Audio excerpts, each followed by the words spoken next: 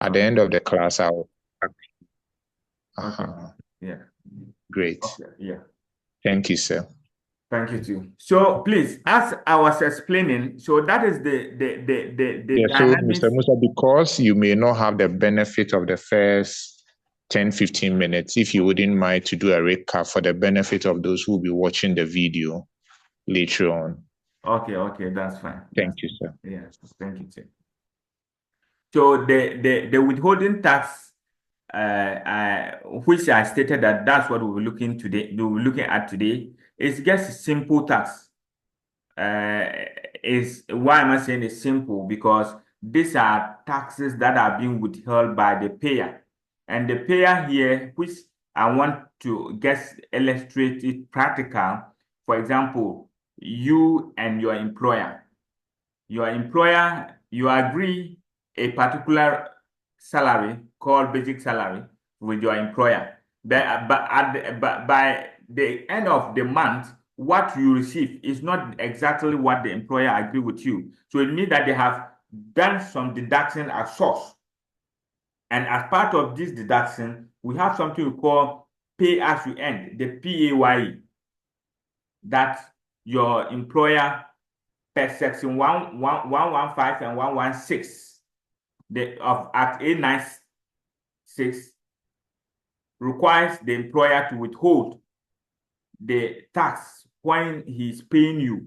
And these mandates have been, because the company or your employer have been registered as a withholding tax agent with the Commissioner General or the Ghana Revenue Authority, that gives him the power, or that gives your employer the power to withhold the tax at source. So, as I explained last time, at this stage, you should know what is meant by pay as you earn, PAYE. I told you that Ghana, we are using the progressive tax system. That is, the more you pay, the more you earn, the more tax you pay.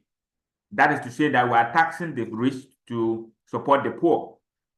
So that is the rationale. So these taxes normally because it's a way of also giving revenue to what? To the government to run its activity. Government cannot wait till the end of the month. No, he cannot wait, because if he's going to wait, he cannot finance his activities. That's why some of these taxes are being withheld at source to pay on your behalf.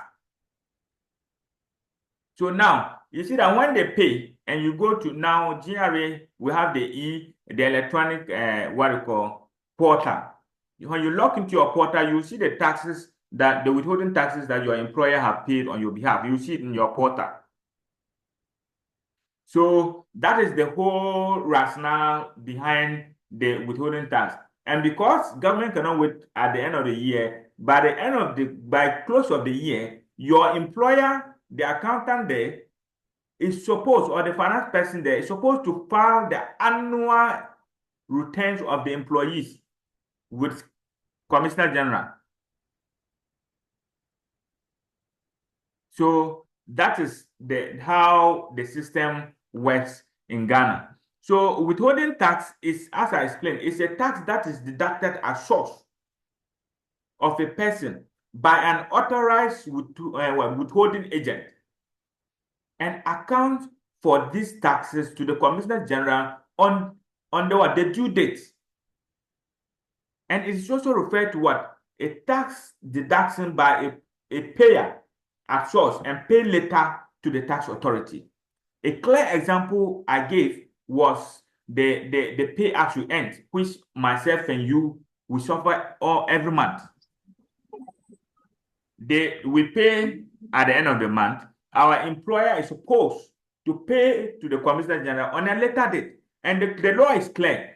The employer, after withholding the tax, you are supposed to pay to Commissioner General on or before 15th of the following month.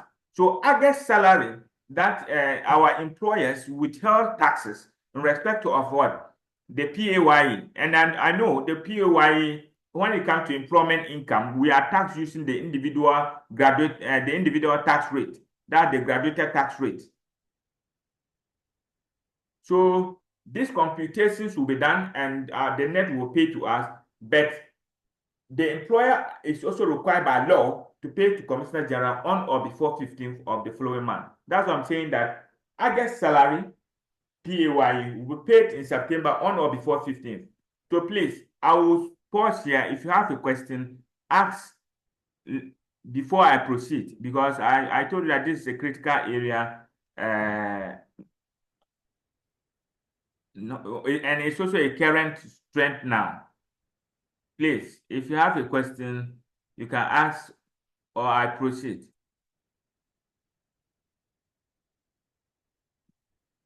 Please, can I proceed? Sir. Yes. Please, I want to ask, so if you are not registered with GRA, you cannot withhold on any payment. Yes, so it means that you are not a withholding agent. Yes. Okay. For example, so let's say I'm a sole proprietor. I have my business, and I've gone to buy, let's say, furniture for my small business. I can't withhold on that purchase. No, it's the you as the sole proprietor. When you buy and you are paying, don't forget. That is why it becomes very difficult for the Commissioner General or the Ghana Revenue Authority to tax the informal sector. Yes, if you are not registered with GRA, it means that you are out of their tax bracket. Is that not it? Or their tax base. So now, if you go to buy, when you are buying, if their accountant is a good person, that is a blend of accounting and tax, the person will tell you what to do, which I am example. We go to anytime what we call our institution is going to buy some items, and I have to explain to them this what we are buying, this is what we will need, and then I'll explain how the whole system works, and I'll go ahead to withhold. Do you get it? So they can advise you and withhold, because you are not registered with GRA. Maybe they are also what? Not registered. If they are also not registered, it means that they definitely it cannot. That tax is lost. Yeah, so that boils down to tax evasion and tax avoidance. So I'm just looking at let's say the businesses in Abusiokai. Okay. There's a shop. Let's say whatever motors. Okay. ABC Motors. And most of the businesses there are not tax registered. They are not registered with GRA. Okay. And probably, we need to buy a safe for the shop so that we can keep our monies there after our sales. And they walk into Kingdom to go and buy the safe there. Kingdom will do their necessary tax, or they will give you a VAT invoice. Yes. But because the ABC company in Abusiokan is not tax registered, they cannot withhold. That's what I'm asking. No, they will withhold. They are not when the Abusiokan people are paying to Kingdom, do you get it? They cannot withhold because they are not withholding agents. But if it is Kingdom, because Kingdom is registered with GRA, and then anybody that they are making payment, they have to withhold. Because they are withholding agents. Yes. So you see, that is why the GRA, they are Hello, Mr. Musa. Hello, Mr. Musa. Yeah, hello. A quick comment. Yes. Like you said, individuals cannot withhold. Yes. But individuals in business are allowed under the law to withhold. I don't know if that clarifies. Yes, so it means that the individuals will be represented as withholding agents, which they will be remitting to Commissioner General in the later date. So individuals are not allowed under the law to withhold. Yes. Yes. But if, for example, I have a business that I am doing,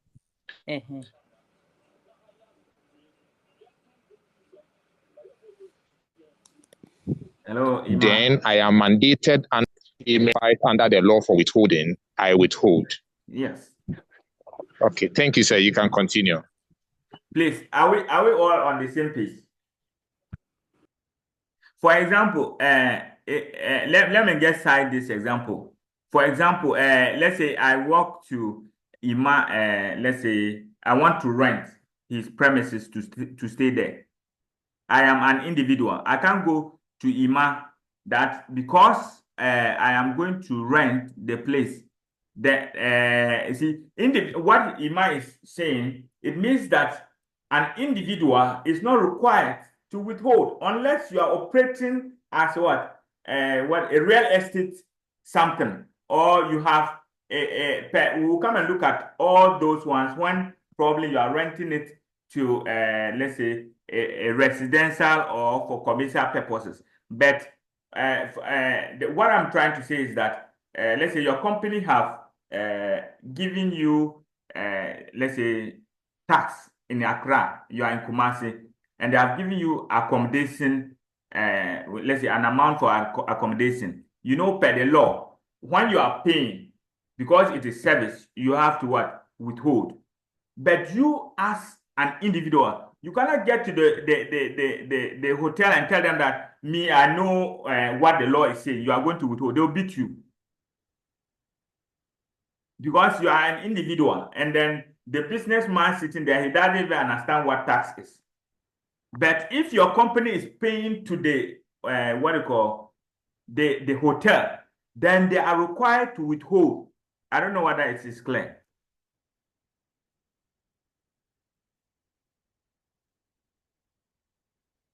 Hello, is it Emilia who was asking the question?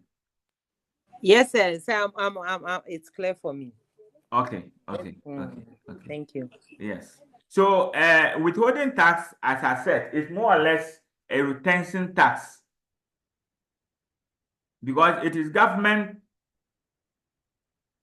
that requires the payers, which normally be it your employer or, as Ima said, an individual in business that is required by the law to withhold this tax and pay later to the Commissioner General, which we normally refer to them when it is employment. We refer to as pay as you earn. That's the PAYE I was giving the example. So government over the world have to use the withholding tax as a means of combating tax evasion, and sometimes impose additional tax requirement if the recipient has probably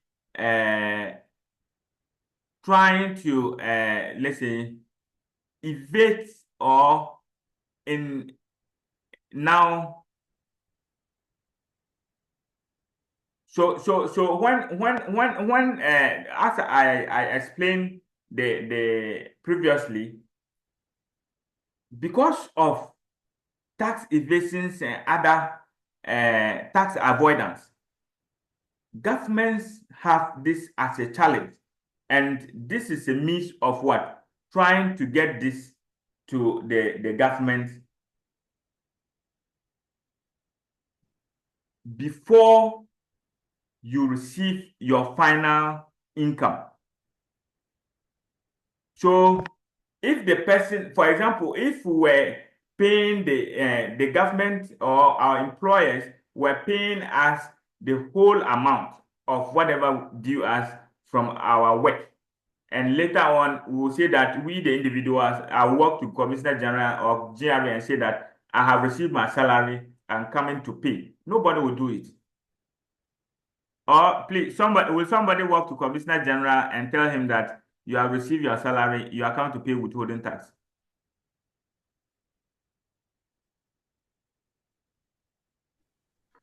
No. Yes, so it is how, so because of that, that rationale of making these employers withholding agents to take the taxes and pay later to the Commissioner General. So that is the rationale behind this whole concept. So we have final and non-final withholding tax. Final and non-final withholding tax. What does that mean by final and non-final withholding tax?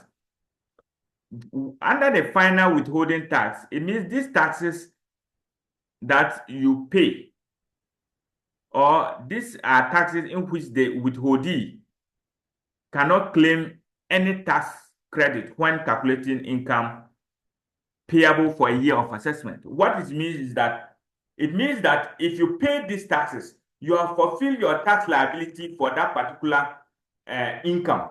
For example, dividend. The law says that if you invest in a company, let's say a shareholder investment in shares, the return he gets is the dividend that the company declares and pay to the shareholders. And the law stated clearly in Section 59, Section 3, which says that if the company is paying the dividend, the company is required by the law to withhold tax at 8%. And that tax is a final withholding tax. So it means that when you pay the 8%, it means that you have fulfilled your tax liability. So at the end of the year, when the tax assessment is being done, it means that that particular income is not supposed to add in determining your tax liability, because you have already fulfilled that obligation. Now, the payment on account, it means that you are paying it more or less an advance payment. You are paying to the government, or there are taxes that are being withheld on account, and it will be given to you as a credit in favor of what? The tax assessed. So let's say if you pay if you pay taxes or withholding taxes that are on account, you see, when you are preparing the financial statement, you see the accountant will say that, okay, maybe withholding tax or any taxes the accountant pay within the year of assessment, the accountant will deduct them. Now, these taxes, the tax person will what? Will add them back, will adjust them to be able to arrive at what? The total chargeable income, determine the tax liability for that particular year before the taxes that the company or the individual paid on account. They will now less it from the total tax liability for the year, and the net tax liability payable is what will be remitted to the Commissioner General. Please, are we on the same page? If you will need any clarification, you can let me know before I move to the next slide. What is meant by final withholding tax and payment on account?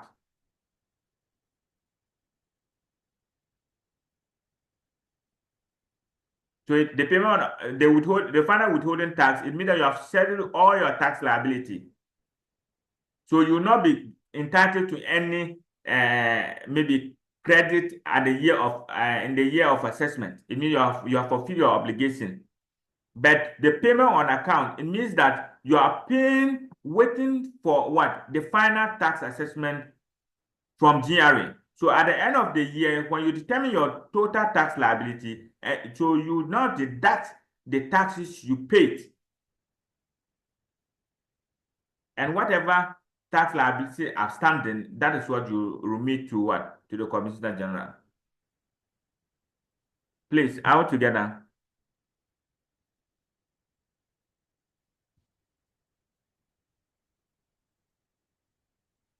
Hello. Yes, sir. We are together. So we are here. I think if you could just come again on the final, I think. Yes. Yeah, so I'm saying that the final withholding tax means that these taxes are, if you pay these taxes, for example, if I invest in, let's say, Casaprico, I can only get the returns on my investment or the returns for the shares I purchased in Casaprico when Casaprico declares what? Dividend. And we all know that dividend is paid out of retained earnings. So when they declare dividend, the law requires that, in line with Section 59, subsection 3 of the Income Tax Act, 2015 Act 896, that when Casaprico is paying Musa, they should withhold 8% on the gross amount they are paying to me and pay the net to me. Now, on or before 15th of the following month, they have to pay the tax they withheld at 8% to Commissioner General. So within the year of assessment, if I'm determining my total accessible income, I will not add the income I had from the dividend I received from Casaprico, because I have already fulfilled that tax obligation.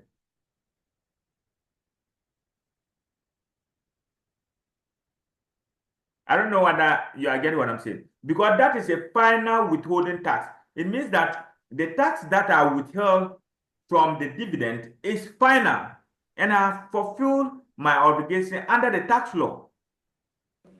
And that means that that final tax will be withheld by a withholding agent. Yes. So it means that, right? Yes. So it means that Casaprico will act as a withholding agent for the Commissioner General, that's GRA. Yes, sir. Please, are we on the same page? Yes, sir. Okay. Yes, sir. It makes sense. Okay. Makes sense. Okay. So now let's look at. Thank you. Please, are you asking a question?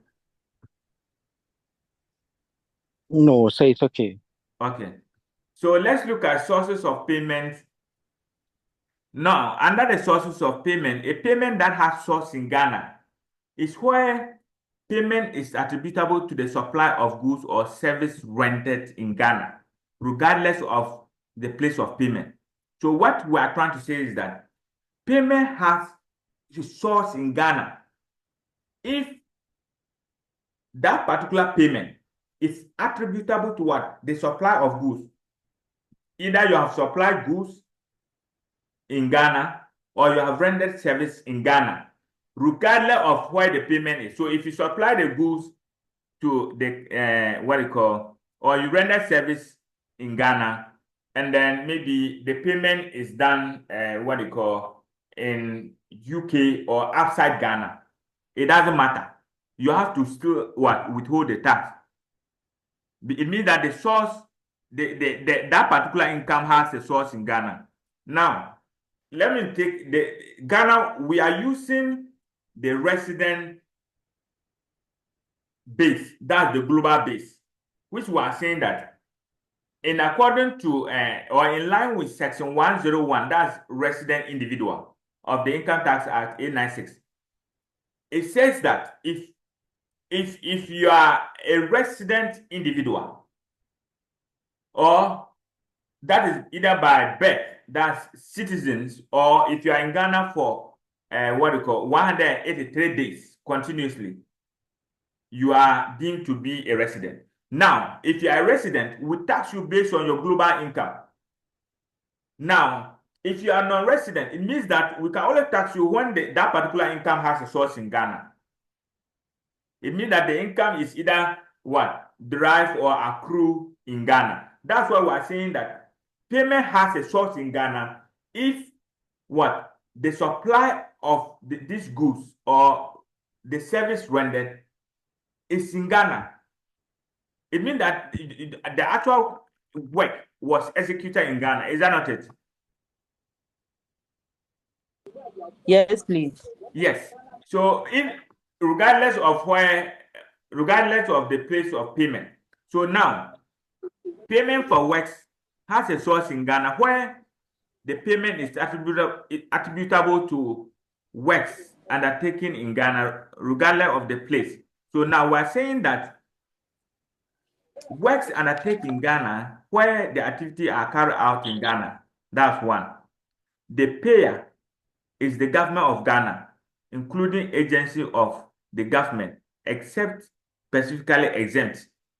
It means that maybe that particular payment or income is particularly exempt from tax, or a service rendered is said to be rendered in the country if the recipient of the service is in Ghana, or the service was used in Ghana by a resident person or a permanent establishment. As we are going, some of these things will be well explained. If we are saying permanent establishment, you don't need to worry. Permanent establishment is just we have permanent establishment, and the permanent establishment we have it into two. We have the Ghanaian permanent establishment and we have the foreign permanent establishment. What permanent establishment mean is that it is a fixed place that is at the disposal of the individual or the person to carry on business wholly or partly. So it is the opposite. If we are saying Ghanaian permanent establishment, it means foreign non-resident in Ghana that has a fixed place in Ghana to carry out their businesses, either partly or wholly. That is the meaning of what? Ghanaian permanent establishment. I don't know if they also ask you to explain foreign permanent establishment. That one too is residents in Ghana that have a fixed place outside Ghana to carry out what? Their business activities. As you are progressing, this one will be explained more into details. You will look at the tax implication in both cases. Please, if you have a question, you can ask, or I move to the next slide. Say. Yes. Say. Yes, I can hear you. Hello, say. Yeah, Tiflos, you can ask the question. Yeah, sir. So please, sir, please, will the slides be made available after the class? Yes, it's I guess these ones I just been taken from Boss Bill, what you call notes. So maybe after the class, if there's a need, Ima will reach out and then we'll share it to you. Yes. Okay, sir. Say thank you. Yes. Please, I hope I can continue. Yes, sir. Okay. So let's look at persons required to withhold tax. We have two categories. You see, I have already explained. It means that you must be what? A resident person. And I give you a section under the law, section 101, that defines a resident person. Now, when you check my explanation, I told you that permanent establishment of what? A non-resident. So this one, are they referring to a Ghanaian permanent establishment or a foreign permanent establishment? If you really understood what I explained when I was trying to demonstrate clearly the two types. The law is saying that persons required to withhold tax, there are two: resident person and permanent establishment of a non-resident person. So I'm asking, I've explained two. I say we have two major forms or types of permanent establishment. We have the foreign permanent establishment and we have the Ghanaian permanent establishment. My question is, the permanent establishment of a non-resident person, are they referring to a Ghanaian permanent establishment or foreign permanent establishment? Ghanaian permanent establishment. Yeah, that's correct. A Ghanaian permanent establishment. A Ghanaian permanent establishment. Please, are all on the same page? Because they can ask you to differentiate it, because the principle of taxation is the knowledge. They want you to give the knowledge. When you get the knowledge and you come to the final level, that is where they will now be looking at the application. That's the professional level, how the tax implications and all those kind of stuff. So please, if you don't get it, let's bring the issues out, and then we look at them. Okay. So I hope I can move on. Okay. Yes, sir. Okay. So now let's look at the meaning of goods, works, and service. Basically, day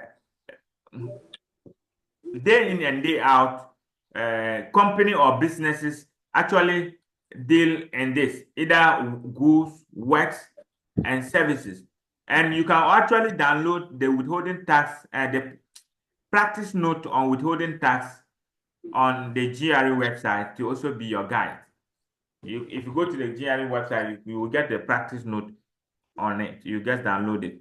So the goods per the law or per the practice note of the Commissioner General, goods means that goods have been referred to as objects of any kind, and description including what? Raw materials, equipment, and objects in solid, liquid, or gas form, which also refers to what?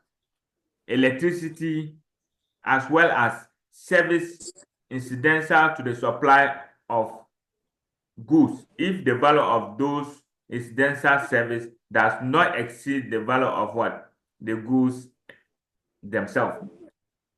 Please, what does that mean? Listen carefully.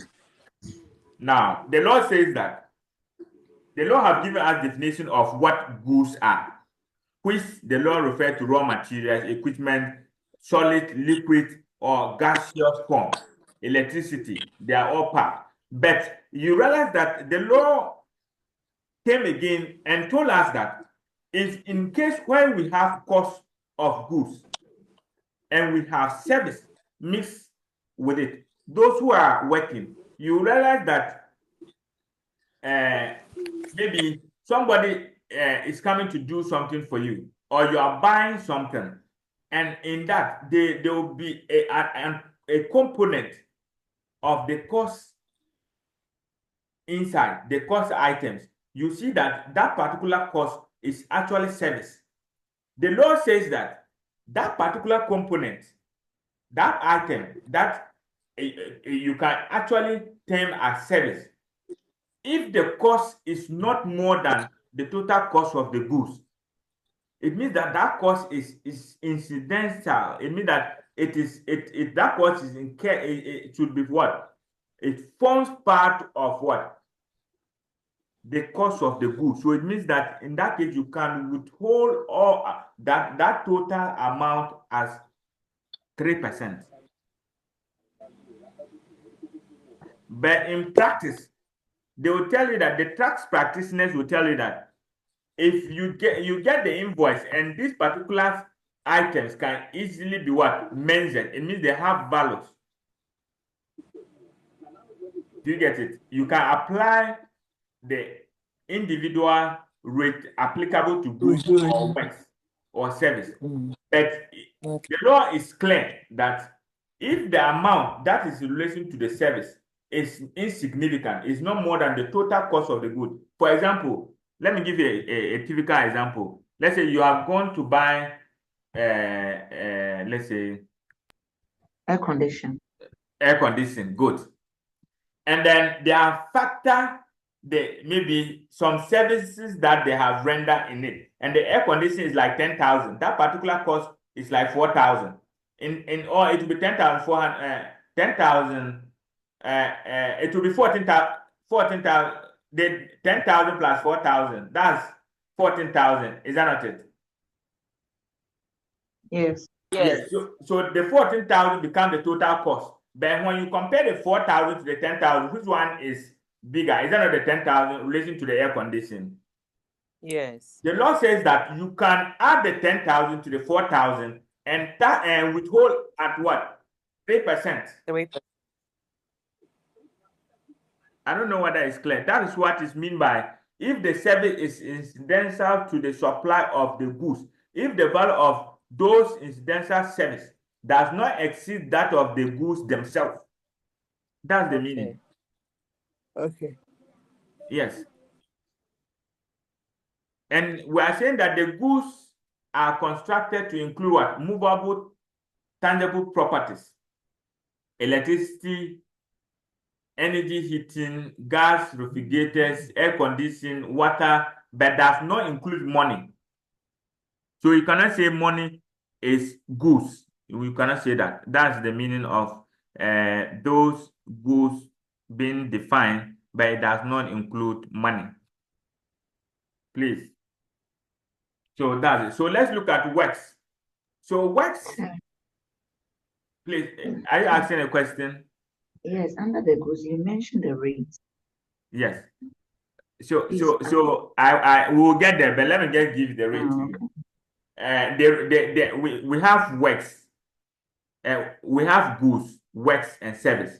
The law says that if whatever you are paying for, if they constitute goods, you are supposed to withhold tax on the gross. Please watch, on the gross, not the amount inclusive of the levies and the what? The VAT. On the gross, it means that the ex-factory price, the total amount of the ex-factory price, that's the meaning of the gross. You should withhold tax when it is goods, 3%. When it is works, 5%. If it is service, 7.5%. We will come and look at all of them, and their rate, and we'll take examples and then we'll try to demonstrate. But because you asked, I have to give you the rate. We have goods 3%, works 5%, service 7.5%. Please, are we together? Yes. Okay. Yes, sir. Yeah, okay. So now the works, as I mentioned earlier, this works associated with the construction, reconstruction, demolition, repairs, or renovation of a building or structure erects. So basically, this explains maybe if you are any excavation related to removal of earth, cutting, digging, or it relates to what? Construction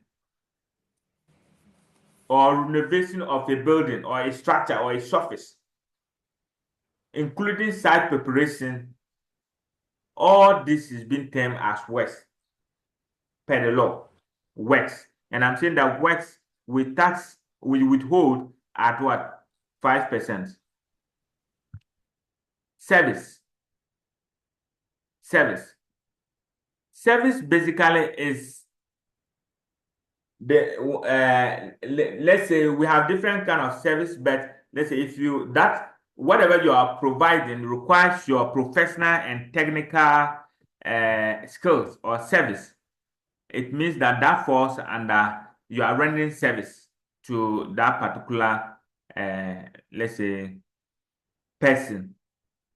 So under the service, we as I mentioned, the rate applicable is 7.5. That is also applied to what? On the gross amount.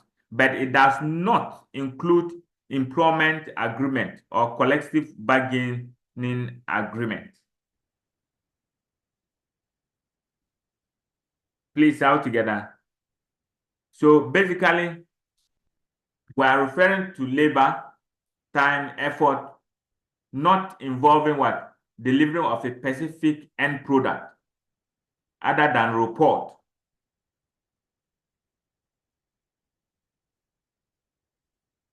Which are required merely incidental to the required performance. And those working in the consulting firms, what they do is they provide service. Let's say if we're into construction industry and we need somebody to come and do geophysical studies for us, geophysical studies, that is service. because the person is coming to use his professional skills to be able to diagnose, to tell us that if we dig here, we will get water. So the person is providing service to us. Please, out together. Now I explain what service is. Let's now look at service. We have so many types of services as per the Act. So basically, we have professional services, and these professional services include maybe scientific, let's say, what our profession, the accountants, what we do, the auditors, the engineers, the lawyers, the architects, the dentists. They are all what they do is what they are providing professional service. They are providing professional service. So the services are carried out by the withholdee in conducting the business include an isolated arrangement with a business character. So after today, if you now know how to compute or apply the withholding tax rate appropriately, and you go and get somebody who is struggling and you are trying to help the person at a fee, it means that after you finish, they have to, when they are paying to you, they have to withhold tax at 7.5% because what you are doing, you are providing service. That is professional service. We have a technical service, which means services which are not tendered and constructed on the basis of performance of a measurable physical output, such as drilling, mapping. So this is why the geophysical studies are made mention fall in. You see the seismic investigation. When you come to final level, we'll look at this under petroleum, where they have to do the topographical investigation, the topography, and all those kind of stuff, to be able to tell which particular place they can get the oil. So that is technical services.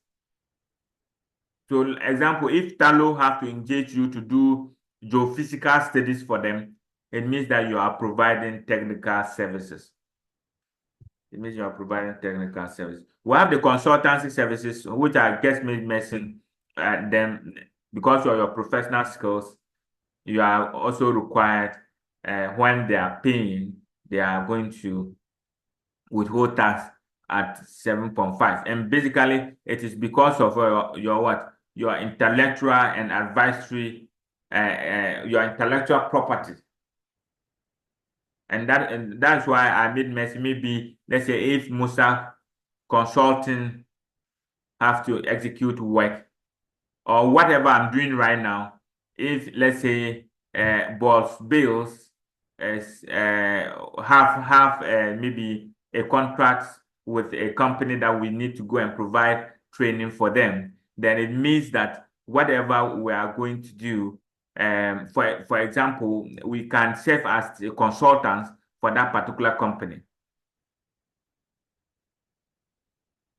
Please, are we together? Sir. Yes.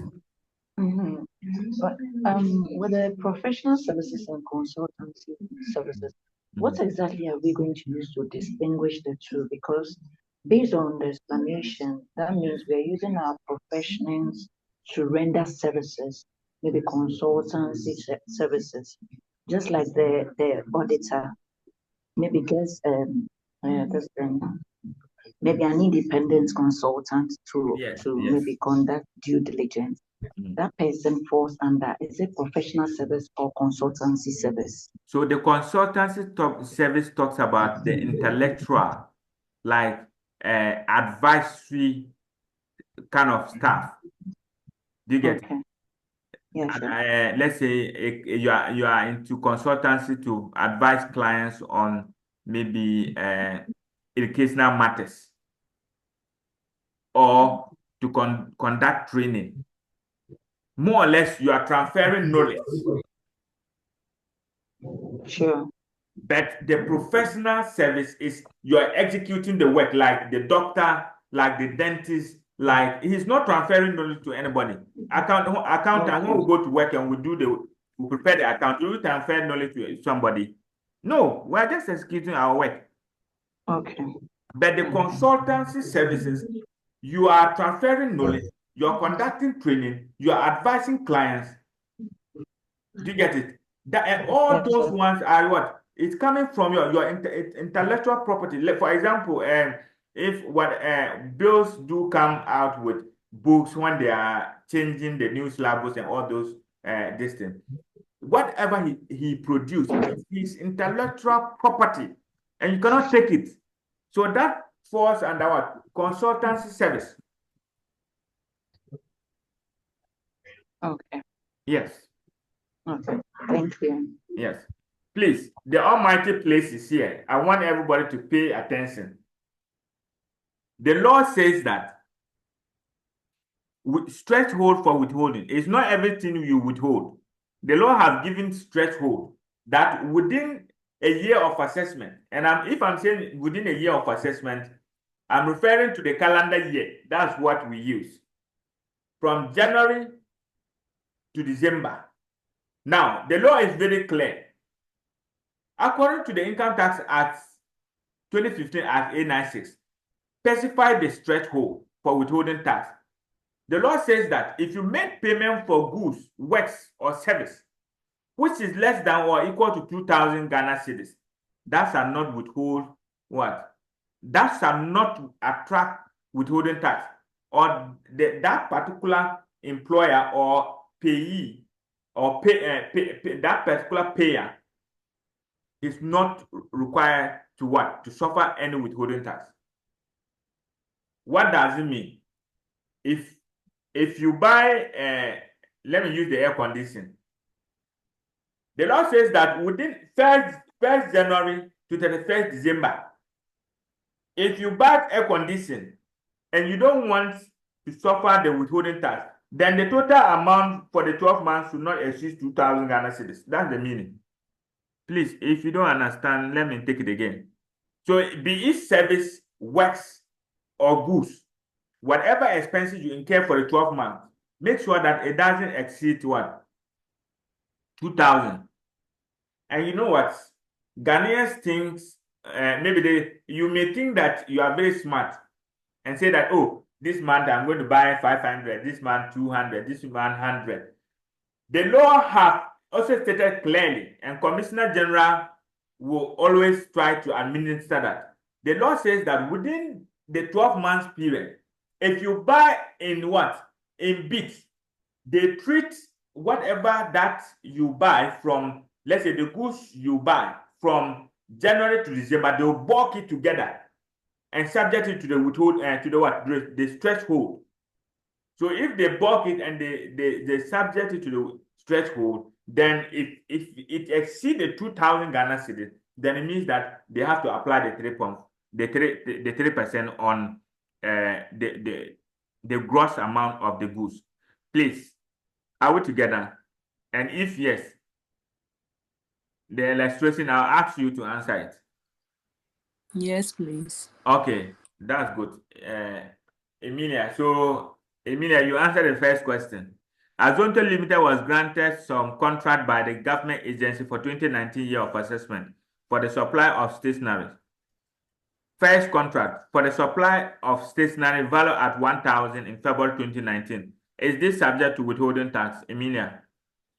And why? No. Why? Because it doesn't meet the threshold of 2,000. Okay, that's correct. The second contract for the supply of diaries valued at 700 Ghana cedis in March 2019. Mr. Tio, I will need you to answer this. No, sir, it's not subject to withholding tax. Why? Sir, because it doesn't meet the threshold of 2,000. So which one doesn't meet the threshold of 2,000? Sir, the second contract for the supply of diaries. Okay, Emilia, do you agree with Mr. Tio? Yes, please. But Okay. cumulatively, if you add it to the first one, it doesn't meet the 2,000. Good. Tio, that's what I wanted you to say. So it means that we are still counting, or we are still holding the purchase they did in February 2019 of the 1,000. So it means that the 700 will come and add, making it 1,700. So Commissioner General will be watching to see Azonto Limited whether they will, within the 12 months, they will purchase any stationery again. Are we together? Okay, sir. Yes. Yes, sir. Yes, sir. Yes. So the third contract for the supply of additional stationery value at 500 in October. I want a different person to answer. I'm going to call needs. Mr. Collins, Derek, who is responding for me? The third one. Or said you? Yes. Collins. Yeah, okay, go ahead. Okay, so for individually, the third supply doesn't meet, the third supply of 500 cedi doesn't meet the threshold, but cumulatively it's adds up to, I think, 2,200. 2,200. So it's 2,200. Okay, go ahead. So you have to withhold tax of 3% on the 2,200. That's excellent. Do you know what I like about your answer? You are telling the examiner that you know what you know. You are saying by telling him that individually the 500 Ghana cedis does not meet the threshold, but accumulatively the 1,000, the 700, and the 500 will add up to a 2,200, which means that the stretch it will exceed the threshold of what? 2,000. Hence, 2,000. Yeah, 2,000. Hence, there must be a withholding tax of 3% on the 2,200. So you, as you are talking, you are writing, you are doing the calculation. 3/100 times 2,200. Then you get the answer for the examiner. And you score all the marks. Please. The others on the call, are we on the same page? Because we are now going into the deep seas. Yes, sir. Yes, sir. Okay. Sir, Okay. sir, I need help here. Come again. I need help. Okay, go ahead. With the last bit, my understanding was maybe when you hit the limit of 2,000, if there's any excess, which is, I was thinking maybe the 200 is what will calculate the 3% on, because you have enjoyed the limit of 2,000. That was my understanding initially. But because we said we'll calculate it on the total amount of 2,200, I didn't really get it. Yes, Ramatu, tax. When we're doing tax, there's no emotions to the tax, to whatever we do. The law says that when you exceed the 2,000, we should calculate 3% on the gross. So it means that is what the law says. The law didn't explain it that, oh, to be fair, the threshold of 2,000, that one should go free, and then the 2,000. Emotions are not attached when we are doing. That's why they say tax is not nothing but the law. Okay. Yes. Okay. Thank you. Yes. Okay, I can move on, right? Yes, sir. Okay. So now, let's go to the next. So this was the answers that both of you, all of you were given. The first contract definitely didn't exceed didn't meet the and the second, please, if the person, are you asking a question? Collins? No, sir. Okay, then please mute and then let's continue. So it will sum up making it 1,700. But the third purchase actually individually does not meet the target. And I like how Collins answered that question. Aggregately, it exceeded. And then the tax must be calculated on the accumulated amount. That's the 2,200. Must be subject to tax at the applicable rate, which is 3%.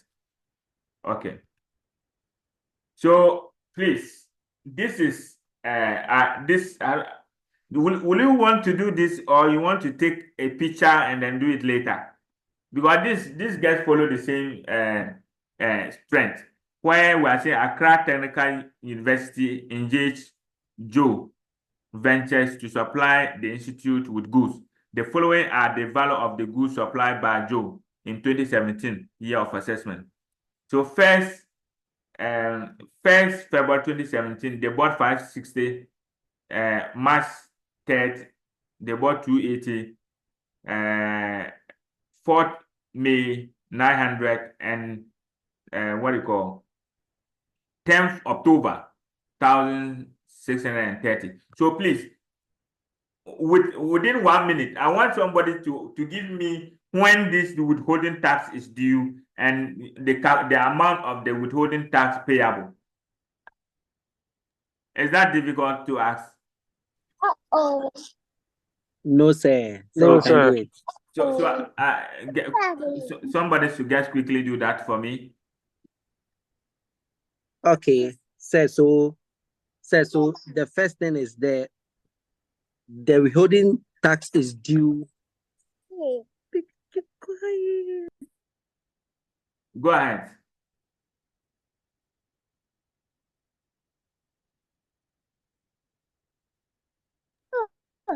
Sir, sorry. Can I come in with the first part? Yeah, you can come in. You can come in. Okay. The withholding tax is due on a date not later than 25th of October.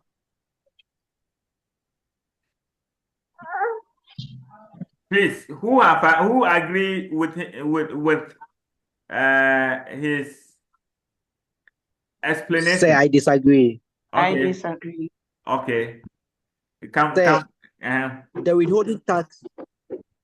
Yes, sir. Sir, so the law says that the withholding tax is due on or before 15th of the following month. Okay. So for the first three transactions, because they don't meet the threshold of 2,000, they are not subject to any withholding tax. Okay. But when we add the October 10th transaction, it exceeds the threshold of the 2,000. Yes. Which means that withholding tax will be payable on or before 15th of November 2017. Excellent. So please, That's I will see like how they're answering the question. That is how it's supposed to be. You don't just jump to October. You have to start. Let the examiner know that you know what you are doing. And you know what? When you are answering, Theo, you see how you are answering the question? You have to make, with reference to the Income Tax Act, either A96 or with reference to the VAT Act, 2013 Act 870. Do you get it? When you say that, then the examiner is happy and gives you something we call professional marks free for you telling him that you are for you referring to a status, a law. It's not like this thing, a pastor preaching without a verse, a Bible verse. Please, sir, so you said that the VAT Act is a VAT. It's Value Added Tax Act 7. It's 2013 Act 870. Act 2013 Act 870. Yes. Okay, sir. Yes. Okay, sir. Thank you, sir. Yes. So let's move on. So this was, please, if you have a question, you can ask. So this was what you are supposed to do. As we're explaining. So the threshold, please don't forget the threshold, because at your the principle of taxation, you can be asked, check the past questions. So if you forget the threshold of 2,000, is something that you struggle in the exams. Okay, and don't also forget the rate. We say goods is what? 3%, works is 5%, service 7.5%. So now these are the rates. Withholding tax for the supply of goods, works, and service for residential. Please, and please. This 3%, 5%, 7.5% is residential individual, resident individual. It's not for non-residents. Please, do we understand if we say resident individual, do you understand what resident individual means? Yes, sir. Good. So it means that this rate applies to what? Resident individual. And we are saying that we can also refer to these ones in the first schedule of the Income Tax Act. When the person makes payment to another person for the supply of goods, works, and services in respect of what? The contract between the payee and the resident person, where the amount of the contract exceeds 2,000, then it means that if it is goods, 3%, works 5%, service 7.5%. Please out together.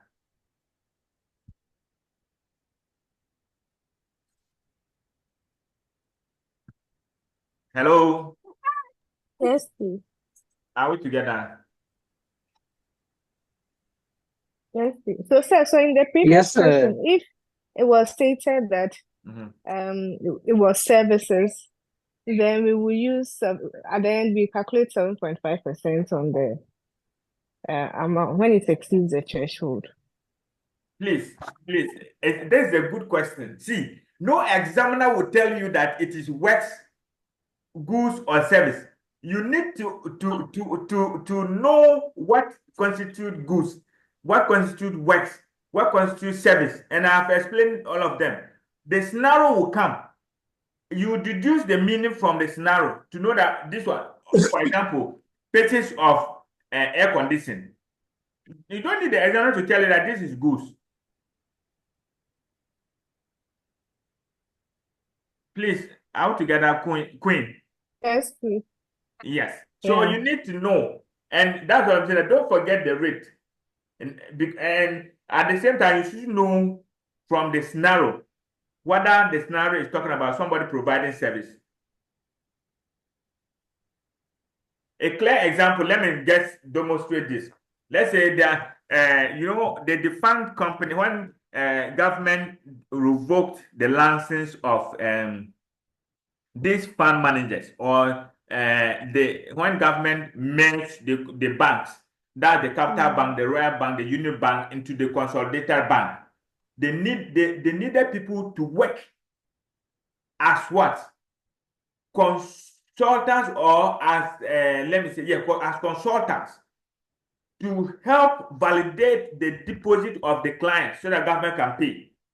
So those that were engaged when they are paying, they have to withhold tax at 7.5 and pay the gross to them, because what they are doing, they are providing service. So you don't need the examiner to come and tell you that this is service. You should know from the scenario that the examiner is going to give you. Please, out together. Yes, sir. Okay, so let's look at exceptions to the above. Exceptions. What are the exceptions? We are saying that the withholding tax from the supply of goods, works, or service, as explained above, does not include the following. That is premium paid to a resident insurance company, a payment made under a contract for the sale of goods which constitute the trading stock of both the vendor and the purchaser. What does it mean? If I am I'm buying something from what do you call Emilia, and the goods I'm going to buy from Emilia will form a trading stock. It means that that is the goods I will use. It will form part of my what? My inventory. Then the law says that should, when I'm making payment, she should not withhold tax on it because it is forming part of my inventory or my stock. That's what they are saying, that payment made under a contract for what? Sale of goods, which constitute the trading stock of what? The vendor and the purchaser. So it means that at Emilia's side, it will be what? Part of her inventory. My side, it will be part of my inventory. So it will constitute what? A trading stock of both the two of us. I don't know why it is clear. Yes, sir. Okay. The third one is saying that where the Commissioner General exempts in writing a person from deducting the payment made in respect of an institution or specified contract entered into by an institution on application. And those of us, those working, you will see that, for example, the telecom industry, that is MTN, and then let's say some of the companies, they have withholding exemptions, which Commissioner General will issue a letter to them that any company that is buying from them, that company should not withhold tax. You should pay all the amount, including the VAT and the levies, to them. You shouldn't withhold on the amount, the gross amount they submitted. It means that Commissioner General have issued his letters to these individuals or this what do you call companies. Please, all together. Hello. Yes, sir. Okay. When the Commissioner General is certified that a person has a satisfactory tax record and exempt in writing that person from withholding tax. So before the Commissioner General can exempt you, it means that you have a certified what? Tax record. You have been tax compliant since. So there was in practice, see, there was a withholding tax CPD organized by Dr. Ali Nachia, and I asked him this question. You see, you realize that in practice, let's say Emilia Company Limited will go for tax exemption, or let's say withholding tax withholding tax exemption from GRA. They will grant it only for a period. So let's say from January to June. It means that she has to apply to Commissioner General to grant and to issue another letter from July to December. Now, if I go to Emilia factory, or I want Emilia to supply any goods to me, which if I'm paying her, I withhold, which she tell me that she has a withholding tax. What I'm trying to explain is that within the 1st January to June, if the withholding tax exemption letter expires, and then she have applied for the exemption letter, and the transaction happened in 1st July, it means that you are supposed to withhold tax, because at the time the transaction happened, her tax exemption letter have expired. Yes. Yes. So when Commissioner General issue the date Commissioner General quote in the letter, it means the exemption starts from that date to the period specified in the letter. This is normally practice. If these things have been encountered during practice, when you are actually maybe an accountant or a finance person where you have to encounter all these things when you are executing your work. Please, if you have a question on this, and who knows, ICA, they can decide to treat students. They can bring these scenarios out. You should know how to go by it. So why the Commissioner General exempt specific contract entered into by that person from withholding tax? You see, all these exemptions, you see, it is very sad. It is the Minister of Finance, the minister responsible for finance, who have the law, who have the power to exempt a person from what? Payment of taxes through the approval of Parliament. So when a Parliament approves it, it becomes a law, and then Commissioner General have to administer. Okay. Please. Sir, please, did you say the Minister for Finance or the Commissioner General? I'm saying that the Minister for Finance. Okay. He's having the power to exempt a person from payment of taxes. Okay. Okay. Yeah, because, for example, he can come out with a proposal that Immediate Construction Limited should not pay tax for this particular period. And Parliament have to what? If Parliament approve it, the Commissioner General have to follow it. Okay. Okay. Yes. I understand. Yes. Thank you. Yes. So this is the illustration on what? The sale of goods that constitute the trading stock for both the vendor and the purchaser. And what are we saying? We are saying that if JGL Limited purchase bags of sugar from Aslan Company Limited for use as raw materials in the manufacturing of its final product, JD Limited will require to withhold tax when making payment to Aslan Company Limited because the two companies does not trade in the same goods.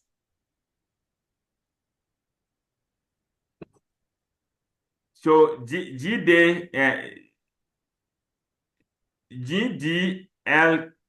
Limited produces and sells drinks, where Aslan Limited sells sugar, which are not the same goods. Please take note. You can be examined under this particular section. Okay. Now, withholding tax on payment of service fees with source in Ghana to a resident individual. Please, see, you can get a 10-marker question or 15-marker question on this place. And what the examiner will do? He will just list payment. He just lists the payment source. Let's say fees and allowance to a resident director, manager, trustee, or board member. What are the tax implications? Or withholding explain the tax implication of the following: endorsement fee, fees and allowance, or part-time workers, part-time lecturing. He can just list them for you, and you are supposed to tell him what I'm going to do right now. All these are past questions. If we finish, you can check the past questions. So, and these ones can be found in Section 116, subsection 1A of the Income Tax Act 2015 Act 896, which require a resident person to withhold tax at the rate specified in paragraph 8 of the first schedule of the Act, while the person pays a service fee to a resident individual with a source in Ghana as follows. The law is very clear. The law is very clear in Section 116. It says that if you are paying fees or allowance to a resident board member, a director, a manager, a trustee, that payment, you are supposed to withhold 20% on the gross amount you are paying to that board member or that director. Tax on fees and allowance of the individual mentioned above are withheld at what? 20%. And these payments are mostly on account in favor in what? In favor of income. See, this explains the payment on account or what? Finance. They are saying that, and you see, before you will get the full marks from this question, you have to state whether or not the withholding tax, either it is final or non-final. That tells the examiner you know what you are doing. So if you are saying fees or allowance paid to a resident director, manager, trustee, or board member, tax is withheld at 20%. We now want to know whether you really understand. You have to go ahead to demonstrate to us that this amount shall be subject to withholding tax at 20%. And then it is what? It is payment on account.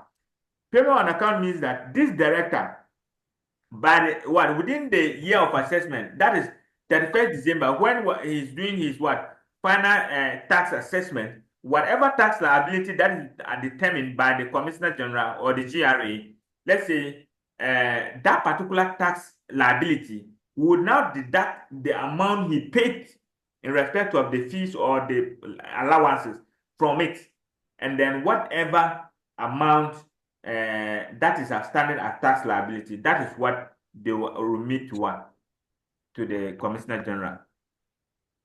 Please. Please, sir, can you come again on that one? I'm saying that payment on account means that, let's say, if I'm a director of, let me use, if I'm a director, which company should I use? Let me say, if I'm a director in, come again. Oh, please, sir, we are listening. Yes, so if I'm a director in, let's say, Zoom Lion, now I go to sit in the board, or I exercise my duty as a director. Now, the law requires that if they are paying me fees or allowance, that allowance should be subject to tax at 20%. Again, the law says that that payment is on account. It means that I should pay the 20%. The institution paying me, Zoom Lion, should withhold 20% on the allowance they are paying me or the fees, and pay to Commissioner General on or before 15th of the following month. Now, what does it mean to payment on account to me, Musa? It means that within the year of assessment, what my employment income, when Commissioner General, when they are assessing me for the year of assessment, this is 1st January to 31st December 2024, they should be able to establish my total chargeable income. And then they now use that to subject to the individual tax rate or the graduated rate. They will come out with a tax liability. So that tax liability, they will now take out the 20% I paid. The 20%, don't forget, I paid 20% withholding tax on account. Withholding. So they will take it out from the total, tax liability for the year. That means that the amount I pay, Zoom Lion pay me, the 20%, the allowance they pay me as being a board member, it will be included in determining my accessible income. Because it is not final withholding tax. If it were final withholding tax, then it will not be added because I have specified that liability, that tax liability. Please, is it clear? Yes, sir. Okay. And can I move on? Please, sir, can you give us a typical example so we understand what you are saying? Yes, that's what I'm saying. I was using the, I think I didn't, come again. Yes, sir. So, for example, let's just say with the scenario you are giving, maybe a board member, Mr. B is a board member and he's entitled to, let's just say, 20,000. Okay. As a 20,000 Ghana cedis. Okay. As a fees, or yes, for being a board member of Zoom Lion, like you are saying. Yeah. Yes, sir. So how do we treat this with regards to the 20% withholding? So how much? Please, you said the amount is how much? 20,000 20,000 Ghana cedis. 20,000 Ghana cedis. So it means that that is the gross amount Zoom Lion is paying Mr. A. Yeah. So it means that it will be 20,000 multiplied by 20%. What do you get? 400. So 4,000. 4,000. Ghana cedis. 4,000. Yeah. So it will, what Mr. A Yes, will sir. receive will be 20,000 minus 4,000. Is that not it? Yes, sir. So Mr. A will get the net. Yes, sir. 16,000. Yes. That's so 16,000. He will get the 16,000 net. That's what Mr. A will receive. Is that not it? Yes, sir. Now, Yes, sir. supplier is required to file and pay on behalf of Mr. A on or before 15th of the following month. Now, yes, the law Yes, is saying that withholding tax of 4,000. yes, the law is saying that this payment is what? Payment on account. So it means that account. because Mr. A is a resident in Ghana, we have to tax him based on global basis. We have to assess him all income he received, including his employment income in Ghana. So it means that Mr. A, his salary is 5,000. The 20,000 he received as Zoom Lion as a board member or the director is how much? 20,000. Is that not it? Yeah. And now the total amount, the total accessible income for Mr. A will be 25,000. Is that not it? 25,000. Yes. Now we will now take out all the allowable deductions due Mr. A. So let's say the allowable deduction is 4,000. What will be his chargeable income? What will be the net effect? It will be 21,000. Yeah. So this 21,000 is what will subject to the individual tax rate. Okay. So let's assume that we did that and we have total tax liability for Mr. A being let's say 5,000. So these are the tax liabilities. Is that not 5,000? Is that not it? Yes. Yes. How much did Mr. A pay for the allowance Zoom Lion pay him? 4,000. So we have to reduce this 5,000 by 4,000. By the 4,000 he's paid. How much is left? Okay. How much is left? 1,000. So this 1,000 will be the net tax liability payable to Commissioner General at the end of the year. Okay. Okay. Please, okay. Mr. Teo, are we together?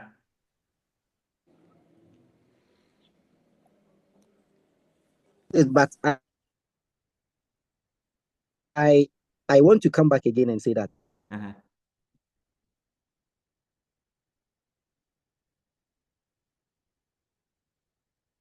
Your line is breaking.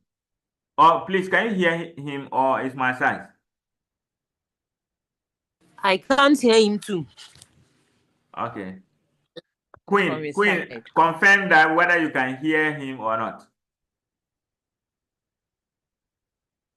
Sir, I can hear you. Okay. So it means that it is Teo's side of it. Please, if you have a question on the illustration I guess that you ask before I move to the next one. So that explains payment. So if it was to be payment, final withholding payment, it means that the 20,000 will not even come in the face of Mr. A computation for tax liability because it is a final withholding tax and he has fulfilled that obligation. You see, when you get this concept and you come to the final level or you are doing business income, you see, we have a way, even when they give you the financial statement, some of these things, all the final withholding tax, when you finish, you just come to the next page and say other taxes. The other taxes are what? The withholding taxes. So in the financial statement, they say they have purchased equipment or something like that. You just bring the value and say withholding tax 30%, and you indicate either final or on when. So when it's on these things, it is either fine. So those ones are what? Payment on what? Account. Because at the end of the year, the business, they will do what? They'll prepare the year of assessment. So all of them will do what? Payment on account. Please, out together.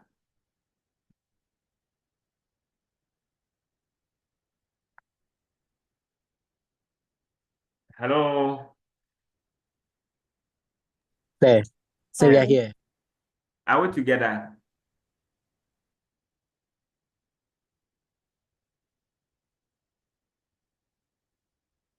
Please, I need a response because, or if we are together, let me get a response before I move on. Yes, we are here. I think it's the network that is giving us a little problem. So can I move on? Yes, sir. Okay. So the next one is fees and allowance of part-time lecturing, teaching, examining, or invigilation. Either you are supervising an examination. So what I'm doing right now, if I was being paid, that means that bills or prof accounting solution, when they are paying me, they have to withhold tax at 10%. Because what I'm doing part-time. Or if I have a contract with University of Ghana that I'm coming to lecture taxation, let's say after work, or within, let's say, on a part-time basis, once every week or twice every week. Whatever thing University of Ghana will pay me, they are supposed to withhold tax at 10%. And that tax might be treated as final withholding tax.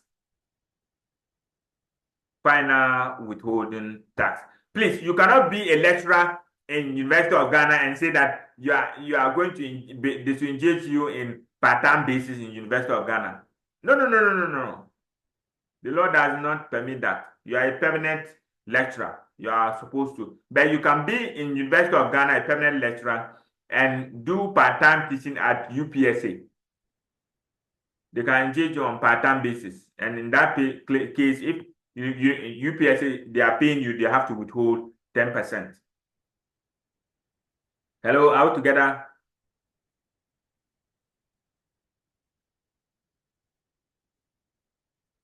Hello. Yes, sir. Are we on the same page? Yes, sir. Okay. We also have endorsement fees. And the endorsement fees, we are looking at residents. The residents under the endorsement fees, tax to be withheld on endorsement fees are at what? 10%. And usually there are final withholding tax for resident. Under non-resident, in the case of non-resident, endorsement fees are subject to 20% final. Please, I hope we know what endorsement fees are. No, sir. Oh, please. I was about to ask. See, endorsement fees are fees that are maybe, let's say, if somebody have to sign your contract. For example, if you are going for like contract or license or to enter into petroleum agreement or anything that requires a signature by a public institution or an entity. It's Hello, Mr. more. Hello? Yes, if I may come in briefly. Okay. I just wanted to give an example of the endorsement fee. Okay, that's fine. Sure, many of us are familiar with Nana Amma McBrown. The fact that she represents a certain brand called Hisense. Okay, she's an ambassador for Hisense. And for what she does, for endorsing that particular product, she's paid a certain amount of money. That is an endorsement fee. Sir, please come again. Oh, I lost you. I'm saying that Nanama McBrown, okay, she endorsing the product called Hisense, she's paid a certain amount of money. That is an endorsement fee. Okay. What they say brand ambassador and brand ambassador. Shatawali, for example, may represent a certain brand and endorsing the brand. You remember before Men's Gold went down, most of these popular artists went to do all kinds of things that, oh, Charlie Men's Gold, did they be? And they took money for that. That is an endorsement fee. They are endorsing the product. Madam, are you okay? Hello, madam, are you okay? Okay, Mr. Musa, you may proceed. Okay, thank you for the example. Okay, so please, are we on the same page now?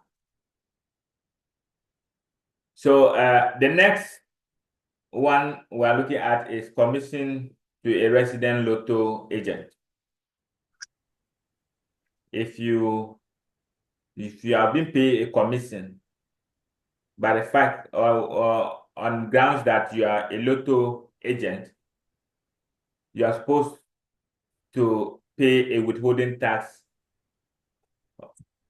of that is 10% on the commission paid to you as an agent, and that payment is on account. We have commission to sales agent, or so basically these commissions, you realize that I'm going to give you a trick here. You realize that all the commissions are 10%, 10%, 10%, and all of them is your payment on account. I hope all of us can see it clearly. Yes. So that is the trick you should use in learning. You realize that it is only the part-time lecturing that is 10% final.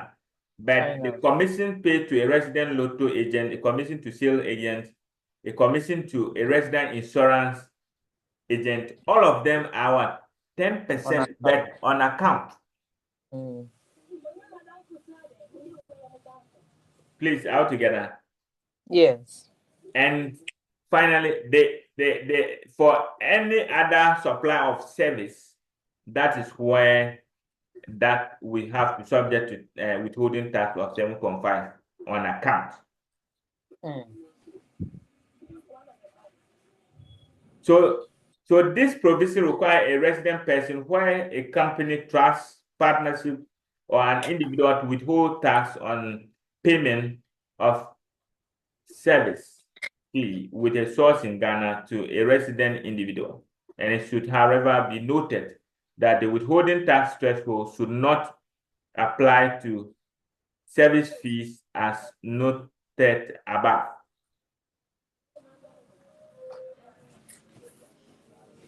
Hello? Yes, sir. Okay. So withholding tax on investment. This is what I was explaining about. Hello, Section 59, subsection 3 on the dividend payment. Hello, sir. Yes, hello. Yeah, my network went off a bit. Please, can you please go over the last part of what you just explained? Yes, I was saying that when you look at the commission, I was giving a trick in that will help in learning. You see that commission to a resident lotto agent, commission to sales agent, commission to a resident insurance sales agent, all of them are being, the withholding tax is 10%, but on account. You realize that part-time lecturing is 10%, but that one is final.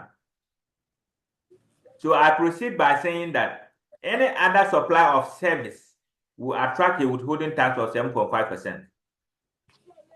And I concluded by saying that this provision requires a resident person where a company, trust, or partnership of an individual. You see, when in taxation, when they say a person means a resident person or a resident individual, a resident company, a resident trust, and a resident partnership. So that is what they are telling us in the last point. Please, I hope I can move on. Yes, sir. Yes, okay. sir. So withholding tax on investments.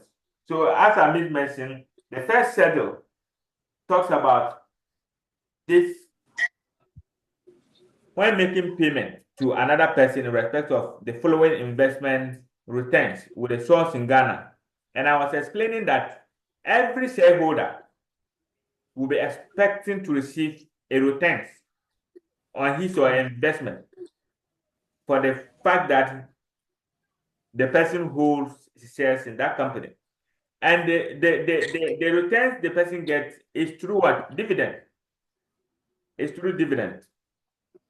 So the law requires that if the company that is paying dividends, that dividend payment should be subject to tax at what? 8%.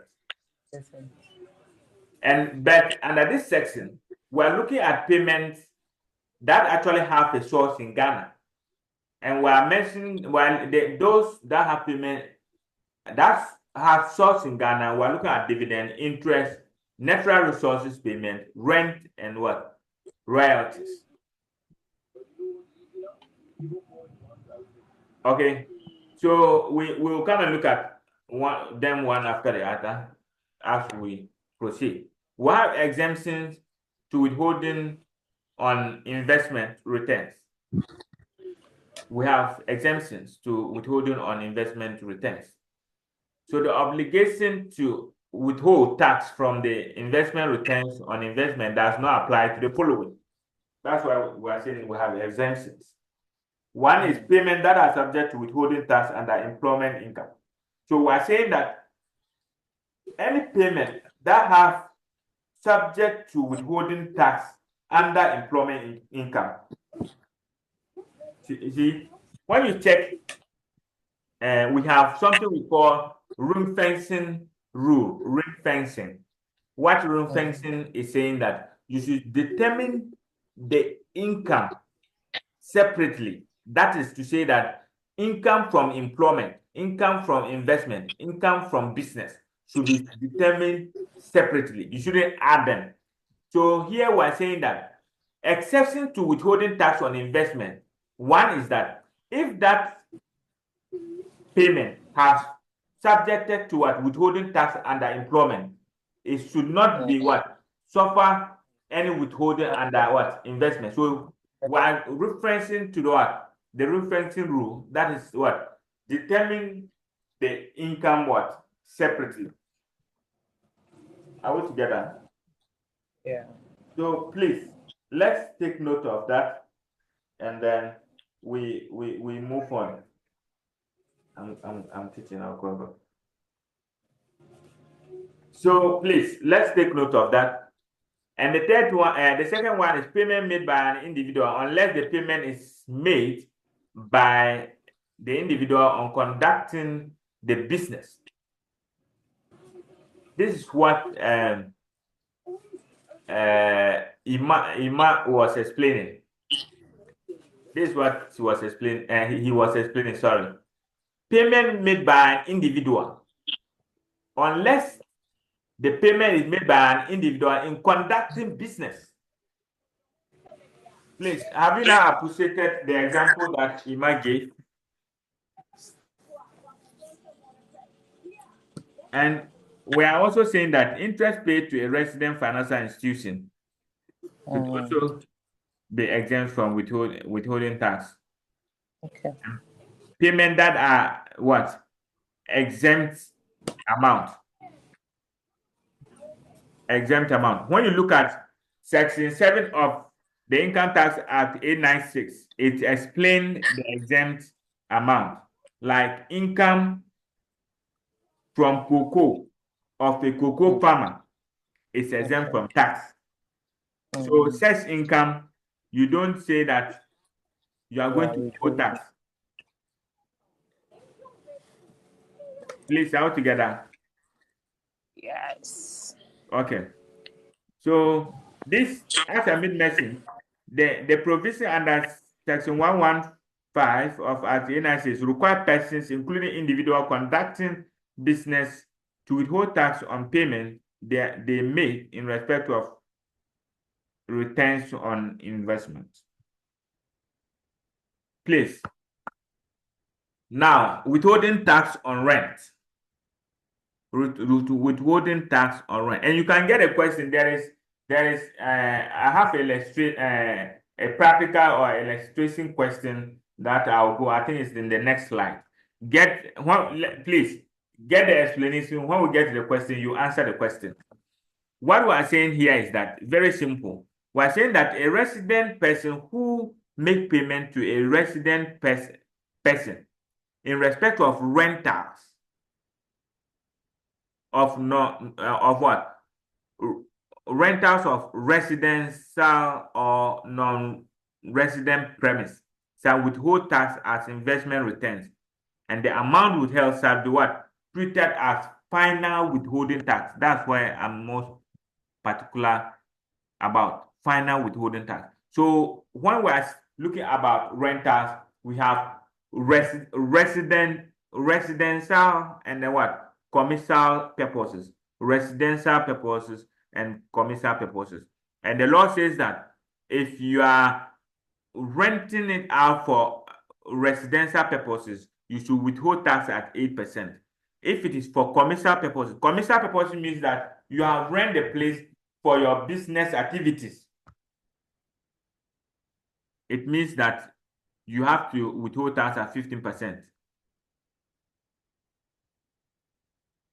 Please, all together. And we're saying that commercial or residential property where the person in the business of sales or renting of residential or non-residential properties, tax in the case I would tell at 7.5 on account. That's supply of service.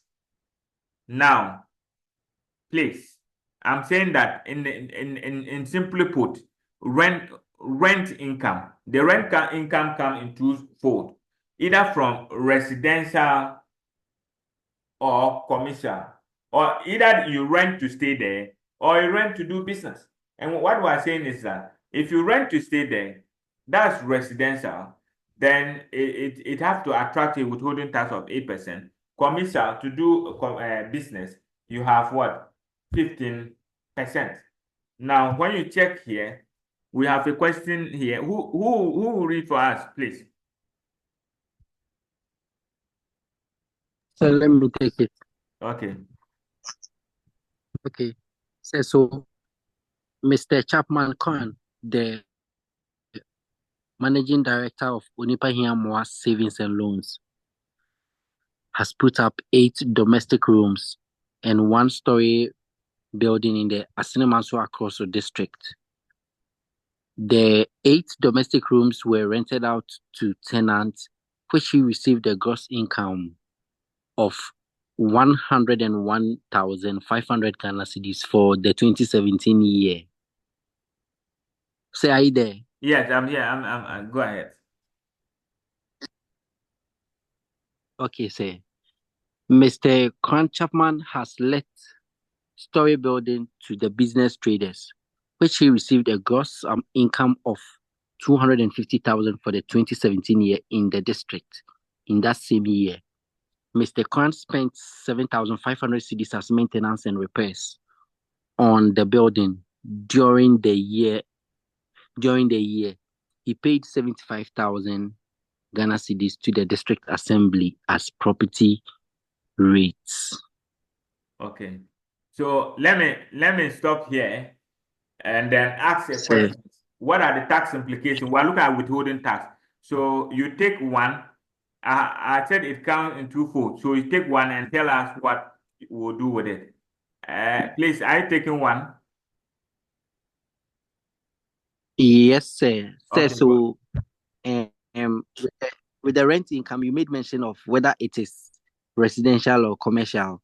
So in the first instance, he says that the 8 domestic rooms, which I presume is residential, were rented out to tenants, which received a gross income of 101,500 for the year, which means that if we are treating that it's subject to the 8% withholding tax on final account, because it is residential. Yeah. So please, when you are saying final, don't add the account. If you say final account, you are contradicting the two. Say final withholding tax. Okay, sir. Yes, because if you bring the account, it means that you have to account for, after paying for it, you have to account for it when you are doing your assessing for that particular basis period or that year of assessment. Do you get it?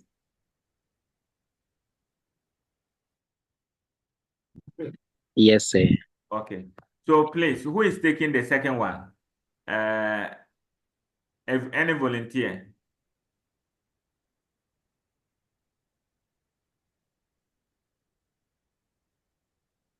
Queen. Is Queen answering the second one for us? Or we should go to Ramatu, Emilia, Osetutu, Emmanuel.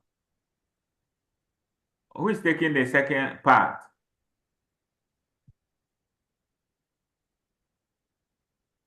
Okay, please continue with the second part.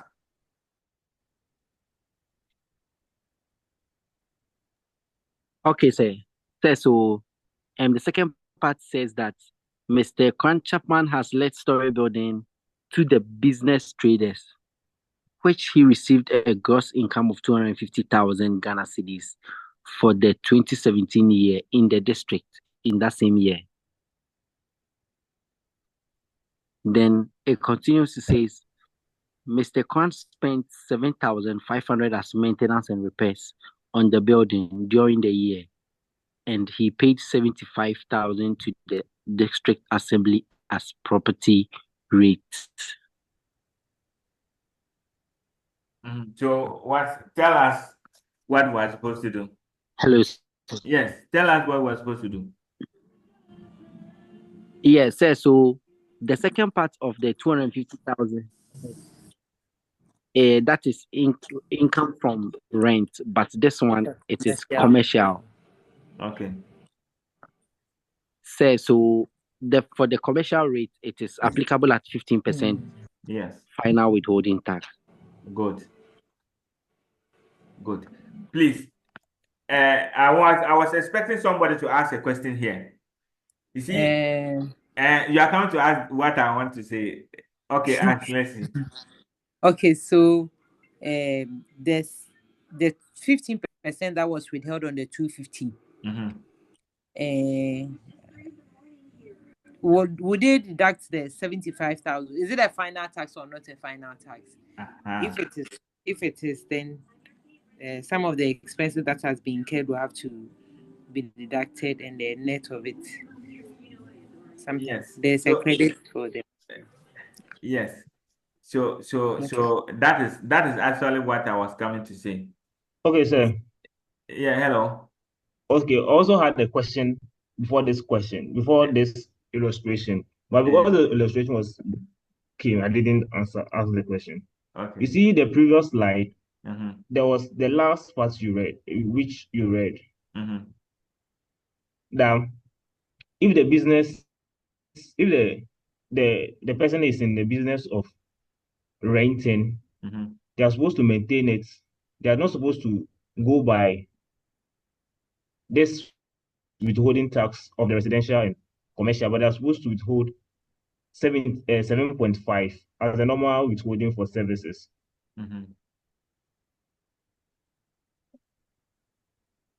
So would that apply to this question? No, that would not apply to this question. Because you can see that the person here is undertaking business of renting. Yes. And don't forget, the withholding tax, they are payment on account. And we have payment final withholding payment. If you are not into rentals, if you are not into rentals, that is where what do you call, as he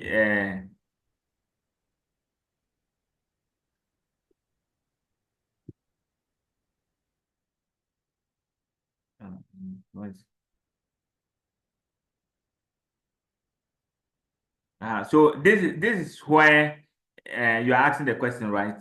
Commercial or residential properties where the person is in the business of sale or lending of what? Residential or non-resident what? Properties. Tax in this case are held at what? 7.5 on account. That is what? Supply of service. Do you get it? Please, Yes, this 7.5 we are referring to, you see, when I made mention of the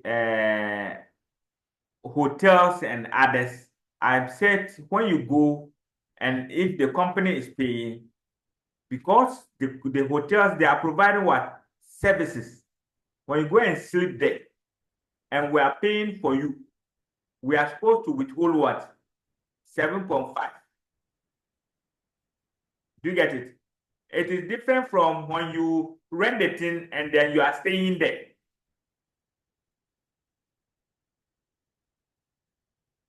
Please, are we together, Derek? Yes, sir. Yes.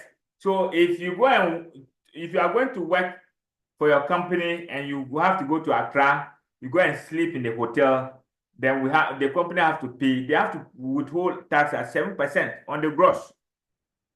But here we are saying that if you rent the place for commercial purposes, for business, you withhold tax at what? 15%. But if you rent it for residential, like probably you are going to stay there,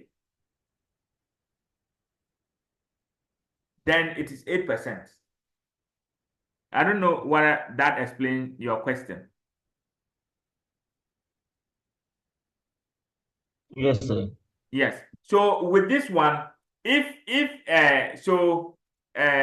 asked a question, and with this one, if Mr. Championman, if he's into what do you call renting business, then it means that we will withhold the tax at 15% on the 250, and after we assess him for the year of assessment by taking account of the allowable deduction, whatever tax liability that we attain at the end, then we have to take care of the taxes we pay on account. Have I answered your question, Emilia? Yes, sir. Yes. So this is the first one. Theo explained, or who? I think I get the name right. This is the first part that he explained. This is the second part. This is another question, so maybe we can try later. We'll have the solution there. That one too is very simple. So let's look at withholding tax on dividend. Withholding tax on dividend. Please, are we on the same page? We have about 10 people on the call. Edwin is trying to ask a question. They are savings and loans.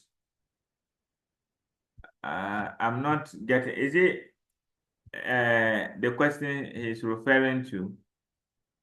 Oh no, I was not trying to ask a question. I was just trying to provide an insight on what my other colleague was trying to. Oh, okay. Then that's fine. So let's look at withholding tax on dividends. As I explained, these taxes are final. So taxes are withheld on dividend paid. to residents at the following rate. Dividend, including a capitalization of profit at 8% final. What does this mean? Commissioner General is not a fool. What the law says that Emilia, let's say if Emilia company make profit, and it's the profit that will move to retained earnings, is that not it? Hello? The profit that we made for the year is that is why we move to retained earnings, is that not it? Yes, sir. And then we are saying that dividend is paid out of retained earnings. So per the law, retained earnings. Yes. So if you have retained earnings, you have to what? Declare dividends, and you attribute it to the shareholders. But if you think that you want to use that to capitalize, to plow back into the business, Commissioner General would treat that particular portion. For example, practical. Let's say this thing, Emilia retained earnings is let's say 20,000. Instead of her to declare dividend, she have moved 15,000 to stated capital. It means that this 15,000, Commissioner General would take it that she have declared dividend and withhold tax on it at 8%. Case closed. Whether you pay to them or not, so far as you have plowed back, Commissioner General have to take his 8% on that particular profit you have plowed back. Please, is it okay?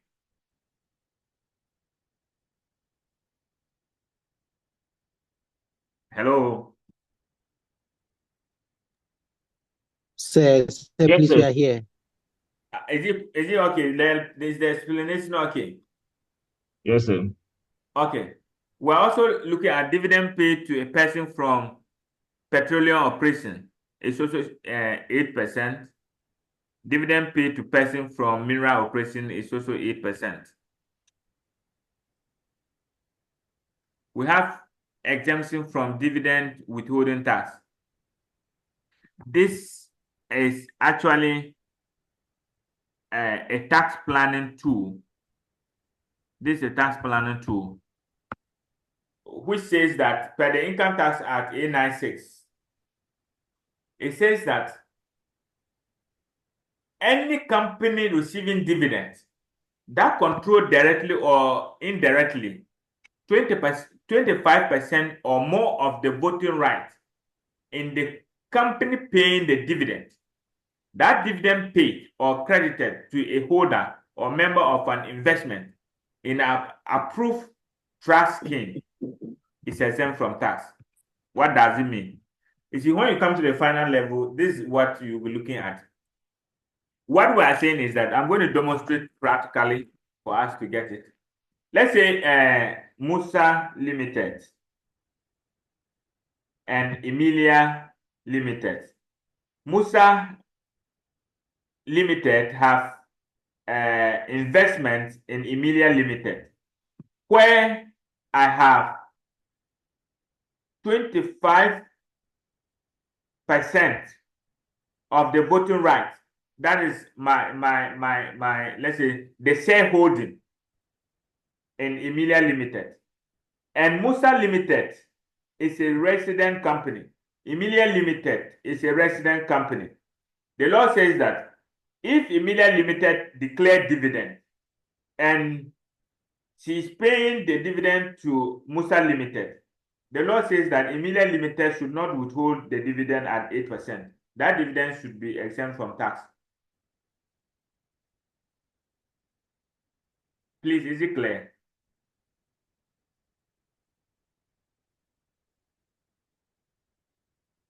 Hello? Hi, sir. Yes, sir. Is it clear? Yes, sir. Okay. So you see what the multinationals do? Because I'm saying it's a tax planning tool. they will just come. Let's say a company in UK, an investor can just come and acquire a company in Ghana, 100% shareholding or 60% shareholding. And that company in Ghana will come and invest in Musa company in Ghana, where they are having, let's say, 25% shareholding. So if Musa is paying dividend to the company that the US company acquired in Ghana, which they have 100% shareholding, because that company will be a resident company, Musa company will be another resident company. So if Musa company is paying dividend to the company that is in Ghana, that dividend should not be what? Subject to withholding tax. But that one, if the Commissioner General realized that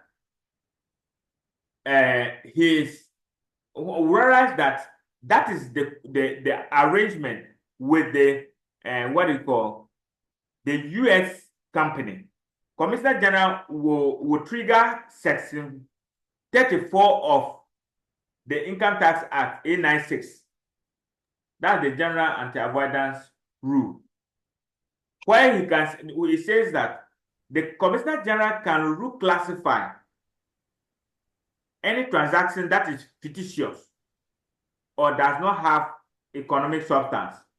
So he can say that he doesn't know the company in Ghana, and he will deal with the Musa Limited and then what? The US company. Because it is going to take advantage of whatever that is enshrined in our what? Tax law. We call it treaty shopping.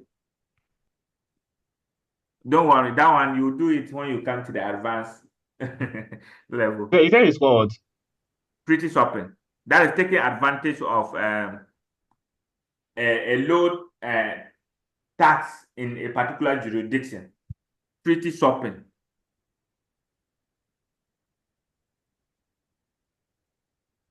Are we together? Yes, sir. So we are here. I can go deep into that. What treaty shopping is, it means that, let's say Ghana has a double taxation agreement with the UAE and the USA. Do you get it? And probably a country that does not have a double taxation agreement with Ghana, but realize that there is a low tax rate, low marginal tax rate in Ghana, and the person is coming to acquire a company in Ghana purposely to enjoy the treaty between US and Ghana. In that particular way, we call it what? Treaty shopping. You are going around to see where or which country that have a what? A lower tax marginal rate, and you make use of that.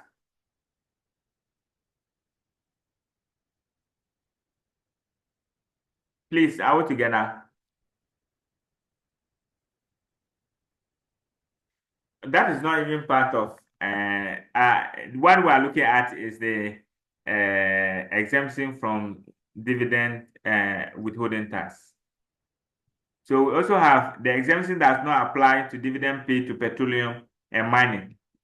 So this section, I guess, explain where the company receiving dividend have a control, direct or indirect control of 25%. It does not apply to petroleum and mining. Petroleum and mining, whether you have 50 or 60% shareholding, immediately they declare dividend and they are paying the dividend, you have to withhold the 8% on the gross amount of the dividend. Okay. Withholding tax on interest. Withholding tax on interest. So we're saying that withholding tax on interest paid to individual is being withheld at 1%. And interest paid to person other than an individual is withheld at what? 8%. So you have to understand if you are saying an individual, because you can get, you can be asked to explain the withholding tax application on dividend, and you have to explain the two scenarios. Withholding tax and interest paid to individual, we withhold at 1%. Interest paid to person other than individual, we withhold at 8%. And we have exemption from interest withholding tax. And one is interest paid to a resident financial institution. Because it is the interest that financial institutions, those working at the bank, they make their money from the interest we pay. That's why you see interest income, less interest expenses.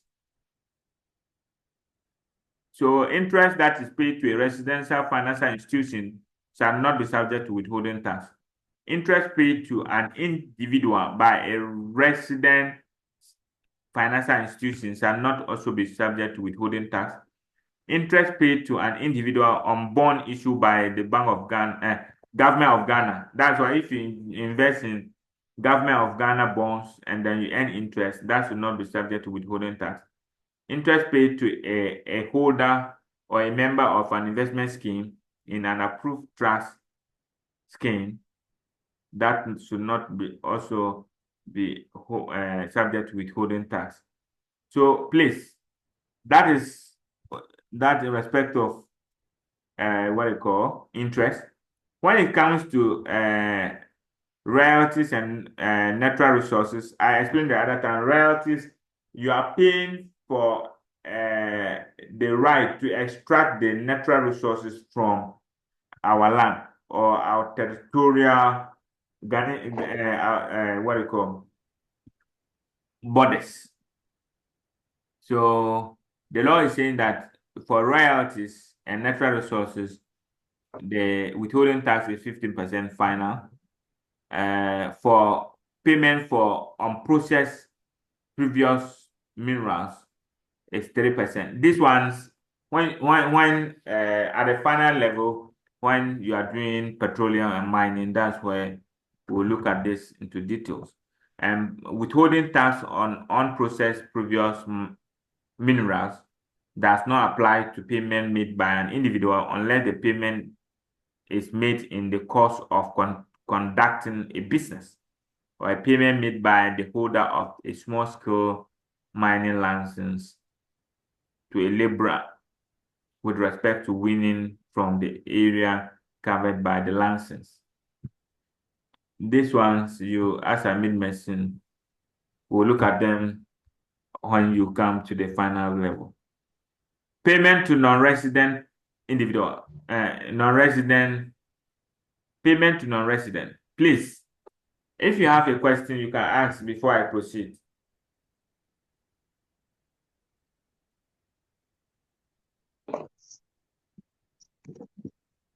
Hello.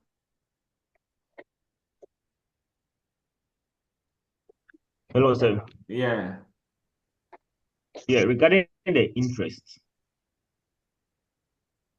I noticed that even interest paid, you see the banks, when you have money there and they pay you interest, I noticed that they don't withhold tax. Come again. But we're not part of them. I noticed that financial institutions, the money we have with the banks, yes, when they pay us interest, they don't withhold tax. Yes. But it was not part of the exemptions. Are they also? Yeah, no, it's part. It's part.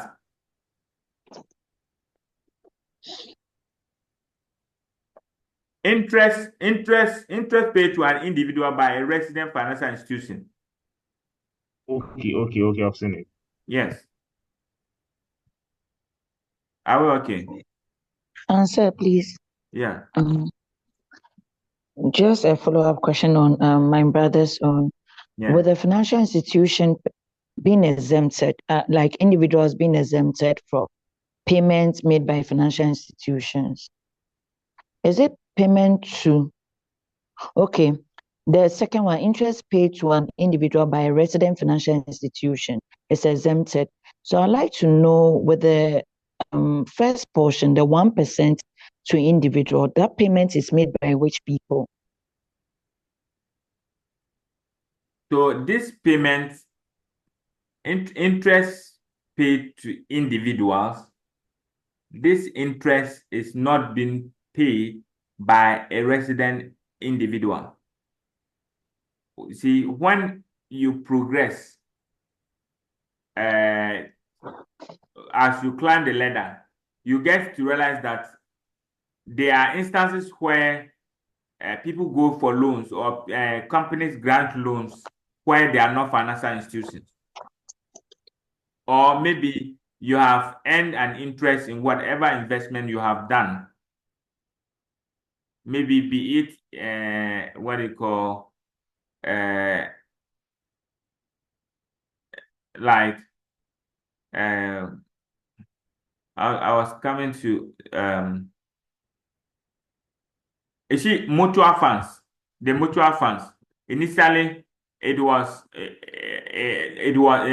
withholding tax was 1%, and the minister have to actually issue a legislative instrument exempting payment of the 1% on whatever interest or investment you have made in respect of the mutual funds investment. So these ones were basically saying that they are not payments to an individual by a financial institution. That is why it is been attracting the 1%. Okay. Yes. Okay, so will you say interest made by an individual could be made to an individual could be when maybe a shareholder lends the business money, you're paying the interest to the shareholder. That interest, you need to withhold 1% tax on it. Yeah, something like that. It should not be coming from a financial institution.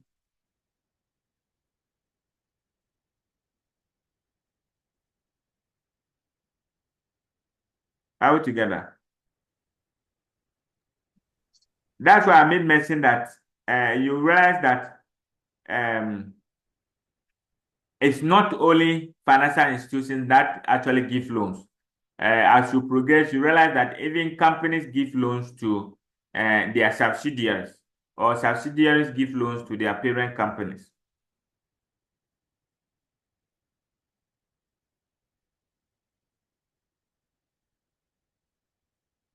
Hello, are we together? Yes, sir. Okay. So we're looking at payment to non-residents. A resident person shall withhold tax at the rate prescribed in the first schedule, where the person makes payment to a non-resident in respect of the following: where the contract gives rise to income in Ghana. So it means that income must have a source in Ghana, as I explained. And we're looking at income like insurance premium with a source in Ghana, management or technical services. Probably the person have provided management and technical services, supply or use of goods, supply of works, and supply of services. All this, while the payment is made to a non-resident person from a country that has a double taxation agreement with Ghana, the double taxation rate and the withholding tax rate shall be the rate applicable in the relevant article in the agreement. So as I made mention of the DTA, where it is in respect of what you call non-resident, you see that the rates are not specifically stated. The reason being that if it's in relation to these incomes which have a source in Ghana, and maybe that particular non-resident is from UK, we cannot use our domestic tax laws that we use to probably withhold when we're paying to our resident individuals. We have to use the DTA, the double taxation agreement that Ghana entered with UK. It will be stated there. Everything will be spelled out clearly. If a UK citizen provide management and technical services where the income have arisen in Ghana, the applicable rate will be stated in the DTA, the double taxation agreement. So that is the rate we will use. Are we together? So a non-resident who seeks to rely on an article in the double taxation agreement shall submit a certificate of residence from the competent authority of that person country of residence to the Commissioner General. So you have to make sure that you submit the certificate of residence from what? A competent tax authority. That is your tax authority in that particular. In this case, it will be competent tax authority of UK, because the person is from UK, and you have to submit that to the Commissioner General. Benefit withholding tax on branch profit. So here we are saying that if a non-resident person carry on business in Ghana through a permanent establishment and has earned repatriated profit, it shall pay tax on the repatriated profit for the period ending within the year of assessment. What are we talking about? Please, I hope all of us know what permanent establishment is before I can explain, so that you get the concept.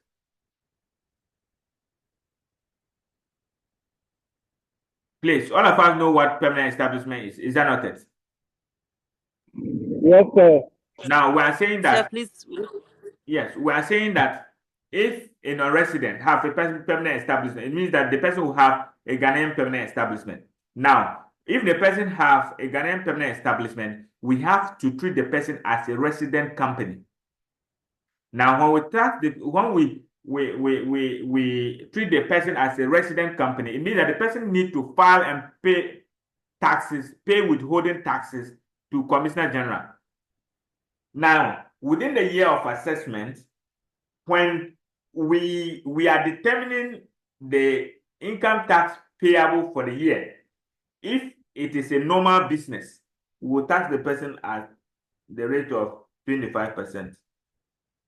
So if after taking, that's why you see, we have profit before tax, and we have tax. After deducting tax, we have profit after tax. Is that not what we do? The accountants, is that not what we do?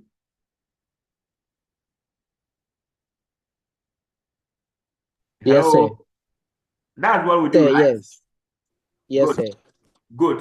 The net profit after tax, because they are non-resident, by reason of the Ghanaian permanent establishment, that's why we are treating them as what? Resident. Now, this profit after tax, they want to remit that to their parent company, be it in the US or Canada.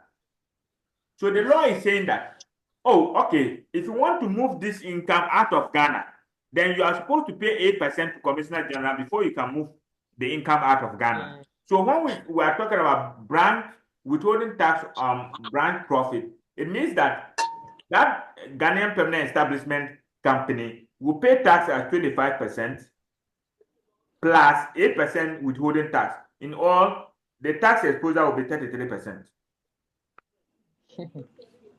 Please, all together. Yes, if sir. you have a question, ask. Yes, sir. Come again. Yes, sir. Okay. So I think it's fine. Okay, this is a typical question. You can get this in your exams. The first one is very simple. It's straightforward. They have just given you the profit after tax. I'm interested in the second illustration. They are saying that Papa J, a branch of a Papa J Limited, declared a loss of 500 in 2017. A year of assessment in its returns, which was confirmed by the Commissioner General. The branch submitted its returns for 2018 of year of assessment in 2019. Below are the extracts from the returns. Net profit per the account was 3 million. Depreciation 15,550. Agreed capital allowance is 14,480. And they are now saying that you should determine the branch profit, or you should determine the tax payable in Ghana. Please, who can try this question? Who can try? I said try. I didn't say answer. If you can also answer, you can answer. Hello. Hello, sir. Yeah, go ahead. Yes, sir. Okay, so looking at this, so the net profit from accounts is 3 million, and the depreciation is 15,500. So it means that the depreciation was subtracted to arrive at the 3 million. Okay. So you add back the depreciation to it. Okay. And you subtract the capital allowance. Okay. So when you get the capital allowance, you multiply it by the applicable tax rate. So let's assume the corporate tax rate. Take it again. If you explain, but you mentioned capital allowance again, that makes you deviate. Take it again. Okay, so I said the net profit as per the account, the depreciation has already been taken care of. So you add the depreciation back. Okay. And after you add the depreciation back, you subtract the capital allowance to get the net profit. Yes. So Then after when you get the net profit, that's the profit before tax. Okay. Then you multiply it by the applicable tax rate. Okay. Then when you multiply by the applicable tax rate, that will be the corporate tax rate. And the net profit after tax, you multiply it by 8%. So the 8% of the profit after tax plus the 8% will be the total tax. The branch tax will be the 8% on the profit after tax. So when you add it together, that will be the total tax for the year. That's excellent. That is very excellent. But you see, Derek, I was expecting you to start. You just explained 2018, how the whole thing. You should have told me that 2017, they declare a loss. So there is no branch profit. Okay. Because they say Papa J declared a loss in 2017 amounting to 500,000 Ghana cedis. So you see how you have taken the transaction. You have to start. Then you are taking the transaction one by one. So what exactly Derek explained is the case. Depreciation is a non-cash item. That taxation, we don't want to hear depreciation because it's an assumption. Management gets it down to say, okay, looking at this computer, it will last for 5 years. So let's depreciate over 20 years, 20%. This one, let this motor vehicle will last for maybe 25 years. So let's depreciate over 25 years. It is an assumption. For tax, Commissioner General will not sit down. So see, the reason why I'm saying this assumption is that a motor vehicle that is being depreciated over 25 years in UCC, that same motor vehicle can be depreciated over 50 years in University of Ghana. It is just a way to reduce your profit, and in fact you pay less tax. That's what Commissioner General say. Okay, no, I would disallow your depreciation, but I would rather grant you capital allowance. Capital allowance is what? It's an allowance granted for using what? Non-current assets in generating the income. Please, all together. So that's what, as Derek explained, first you need to state 2017, there was a loss, so there was no branch profit. 2018, you have to add the depreciation back because they said net profit, it means it was taken out. You have to add it back. You add it back to the 3 million. Then you come and less the capital allowance. That one, agree capital allowance. It means Commissioner General approve it. Then when you take that one out, you get the adjusted net profit. Then you have to less the loss that was incurred in 2017 out. And you now get the net profit. And the net profit, as Derek said, you tax that at 25%. You get the net profit after tax. And you have to tax that net profit after tax because at the end, they are going to move this 1.8 million outside Ghana. So the law says that because it's a branch profit, they'll be moving it out. So the Commissioner General will not be sitting aloof. So he have to take 8% on the 1.8 million. Please, if you have a question, ask before I move on.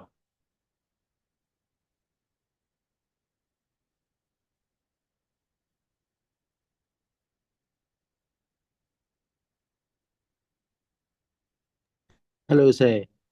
We are just processing the solution. So okay.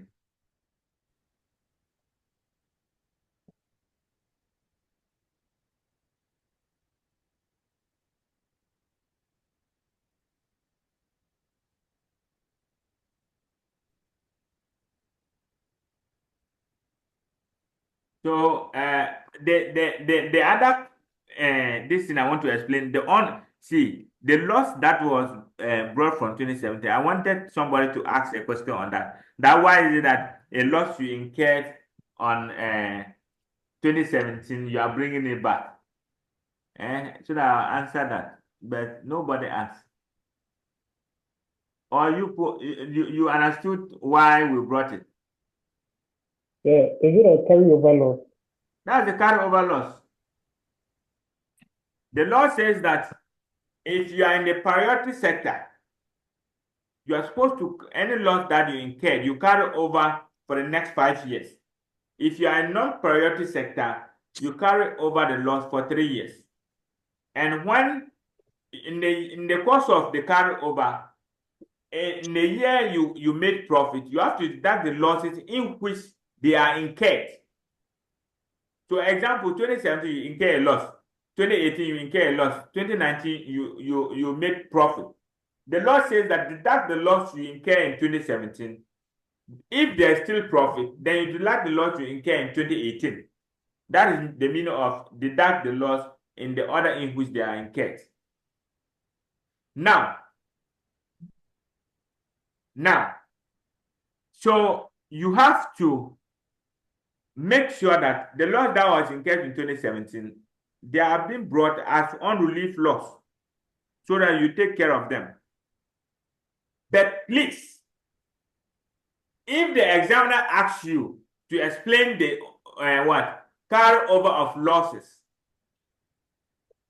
you have to state, the law specifically states that you cannot set, you can set business loss against investment income. If Papa Gay in 2017 had a profit from his investment, Papa Gay investment, he has profit there, would have offsetted the 500,000 against that profit. The laws allow that. But the law prohibit that if, for example, 2018, Papa Gay make a profit of, let's say, 2.5 million, and he has made a loss in his investment, he cannot offset the loss from investment as against business income. It is the law, and that it stands there. I think there was a forum where they asked a representative from the Ghana Revenue Authority. Their explanation was that if you do an investment, you go and sit in your house for the investment to mature and they pay you the interest. What you don't involve, you don't do, there's no activities you run.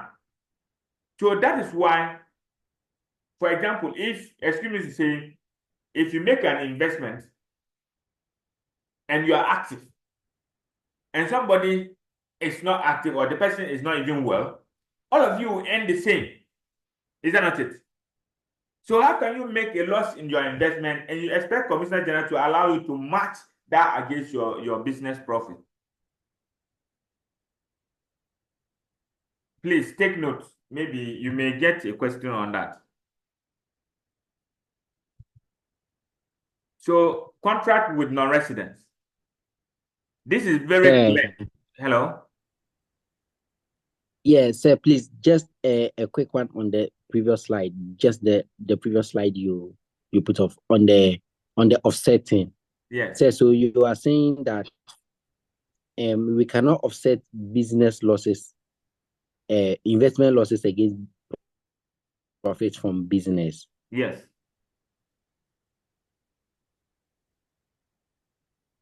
Okay, sir, but does it work with the other way around? Yes, you can deduct business losses. For instance, from you make a business loss. Yes.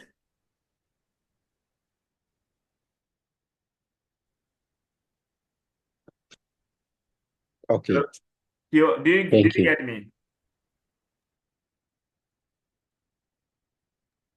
Okay, sir. Yes, please, sir. I got you.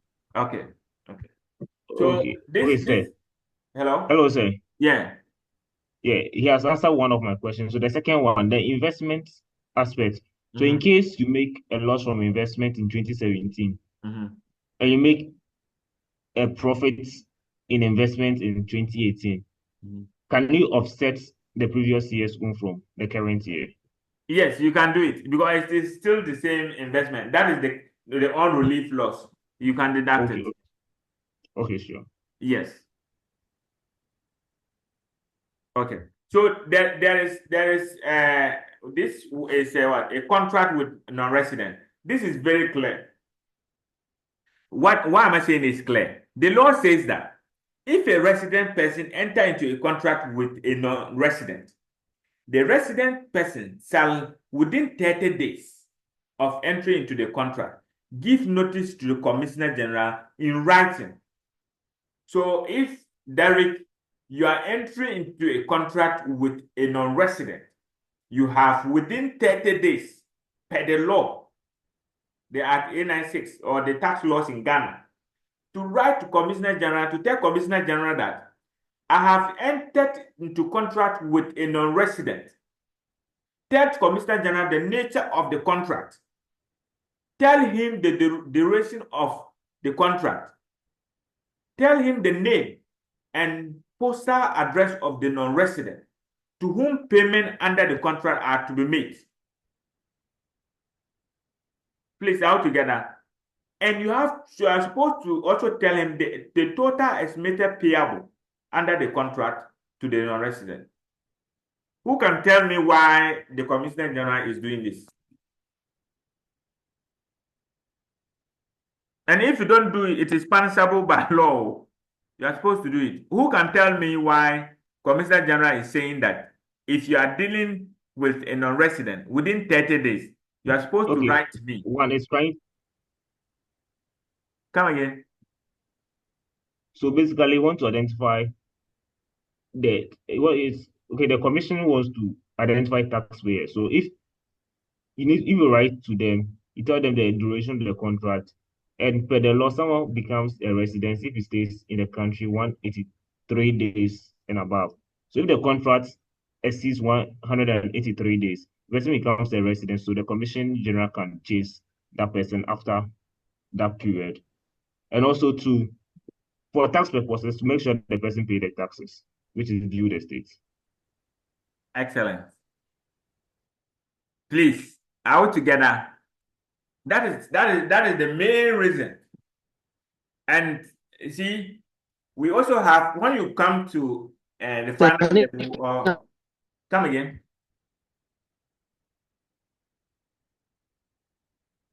Come again.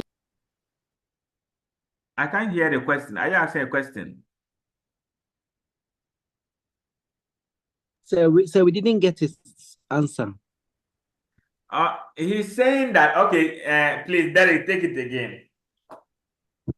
Okay, so basically, I'm saying for tax purposes, the Commissioner General wants to identify a taxpayer. And also, to qualify as a residence person, you need to be in Ghana for 183 days to qualify as a residence person. So the Commissioner General wants to know to identify potential taxpayers and change them. So if the contract exceeds more than 183 days, you are a residence person, so you'll be followed up to pay the necessary tax which is due. Please, all together. Yes, sir. Yes, because the Yes. law, as part of, if you check section 101, 101 of the Income Tax Act 896, it says that any person who is physically present in Ghana for more than 183 days, the person becomes automatically a resident person for tax purposes. We are talking about physical presence. You see, they can give you ICA. That's what they use to test students. They can tell you that they have sent you to Ghana to execute a contract, and the contract will last for, let's say, so the 183 days is just approximately like 6 months. So they will tell you that the contract will end from 1st January to 30th of June. So you are expected to leave Ghana on the 30th of June, because if you exceed the 183 days, it means the income you earn worldwide or globally will be taxed in Ghana. So when you finish the contract and you want to take a holidays and go and have a fun with a lady, and you think that because you have executed your contract, you are finished now, you are now enjoying your holidays, immediately you have exceeded to 184. That income you earn in Ghana plus other income you earn outside Ghana must be subject to tax in Ghana. The law is clear. Physically present. We are not saying whether you are coming to do whatever. The minute you are physically present, you are still in Ghana jurisdiction and the territorial or the jurisdiction of Ghana, you are automatically a resident. So that's the one purpose. And he also mentioned of what? You are also required to what? To pay taxes. Another important one is what? Exchange of information. When you go to Commissioner General, Ghana Revenue Authority, we have a department called Exchange of Information Department. Let me explain this. If the non-resident comes from UK Tax Competent Authority, that's the UK Tax Authority, can write to Commissioner General that Derek, who is a resident from UK, came to Ghana on this particular day, and they want Commissioner General to provide information on Derek, because you see, because of the double taxation agreement, they are required. Commissioner General is required to provide information about Derek. So if he does not put this thing there, and the competent tax authority in UK writes to him, why will he get information about Derek?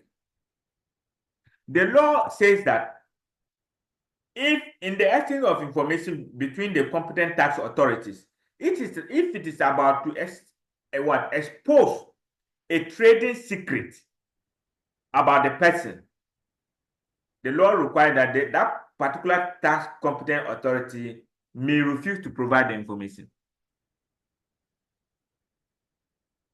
This one we do it when we are dealing with international tax issues or at the advanced level.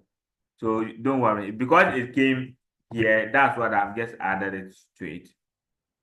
Please, all together.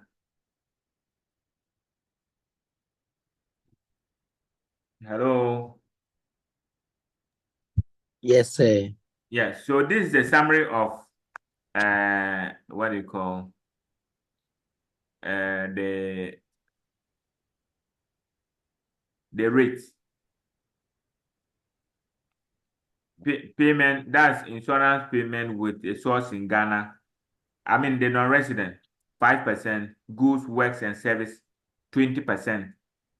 Tax on petroleum subcontractors, 15%. Payment for unprocessed previous minerals located or won in Ghana, 3%. payment received by a person who conduct a relevant transport business other than a result of shipment, 15%. Rental of containers and related equipment which are supplementary or incidental to the relevant transport business stated above, 15% final. Payment received by a person who conduct a business of transmitting or receiving message by cables, audio or optical fiber or satellite or electronic communication, 15%. Earnings repatriated profit by a non-resident person who carry on business in Ghana through a permanent establishment, that's 8%. So that's the summary of the withholding tax for non-resident. Withholding tax shall be calculated on the gross. As May mentioned this, it is not on the net, it is on the gross without the deduction of expenses or allowances. The withholding tax shall be the exclusive of any VAT or communication service tax included in the payment amount. So exemption in withholding tax, we have the following payment are exempted from withholding tax. That's payment to a resident insurance company, payment made under a contract for goods and services which constitute the trading stock. I have already mentioned all this. And then condition for granting withholding tax exemptions. All this one you can be asked to explain. So the Commissioner General may exempt in writing that of a supply from withholding tax. And these are the conditions. You must be what? It must be a registered taxpayer of all tax type administered by the Commissioner General, including VAT, unless you are exempted under the law. The taxpayer must keep books and maintain accurate records and reliable business records as well. The taxpayer must submit notice of particulars of the contract entered into with a non-resident within the 30 days. What I explained. So it means that you, the person applying for the exemption, if you have any contract with non-resident, you are supposed to meet the 30 days requirements. And the taxpayer should have submitted all relevant tax returns administered by the Domestic Tax Revenue Division of the Ghana Revenue Authority. And then the taxpayer should have paid all taxes which are fall due by their date. So it means before the Commissioner General can grant you an exemption, it means that you are truly a tax compliant taxpayer, a truly tax compliant taxpayer. So we have the tax, the withholding tax certificate. So please, if they withhold your tax, it means that they have to issue a withholding tax certificate. The withholdee, the person who withhold, the withholder, must provide a withholding tax certificate to the withholdee, showing evidence that he has paid or remit the tax to the tax authorities. That's the meaning of withholding tax certificate. And then we have the withholding tax credit. The withholding tax credit, that is in the case of payment on account. I explained that the withholding of payment, which is not a final withholding tax, is required as having paid the tax withheld and shall be what? Entitled to a tax credit in an amount equivalent to the tax withheld and treat as paid for the year of assessment. So I've already explained this. So this is the summary of all the rates that I was explaining. This is a summary. We have the interest, that's 8%. That's interest paid to excluding individual and then residential financial institution is 8%, dividend is 8%, rent on residential 8%, rent commercial 15%, fees that result in as well part-time teaching or lecturing is 10%. We have fees to directors or board members, 20%, commission, 10%.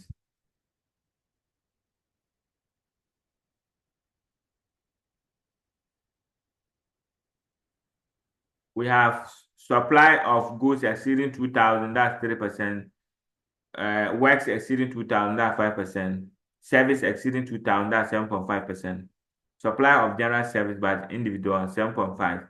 Payment to petroleum subcontractors, 7%. Payment for unprocessed minerals, 3%. Royalties, natural resources payment, 15%. So this is for residents.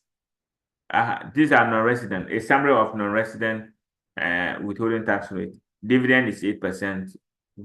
Royalties, natural resources, 15%. Management and technical fees, 20%. Works, goods, or any service, 20%. Repatriated profit, 8%. Interest income, 8%. General insurance premium, 5%. Income from telecommunication and transport business, 15%. Petroleum payment to petroleum, 15%. So advantages, you can be asked to explain advantages and disadvantages of withholding tax. Please, if you have a question, ask me before I proceed to the advantages and disadvantages of withholding tax.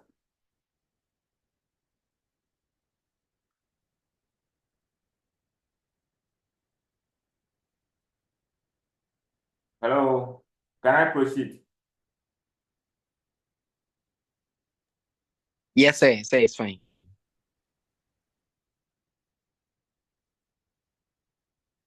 Okay. So now, the withholding tax is a fast way of mobilizing what revenue for the government to finance its activities. That's one. You get the GRA, they get sit there, and then the withholding tax agents have to slap these taxes, remit to them on or before 15th of every month. It also expands the tax nets because the requirement under the withholding tax rules include the requirement that a withholding tax agent should provide the name and address of persons from whom tax is being withheld. So the GRA will have this, and it will translate in expanding their tax net. 3, it helps in determining a personal turnover and though ascertaining the correct income for tax purposes.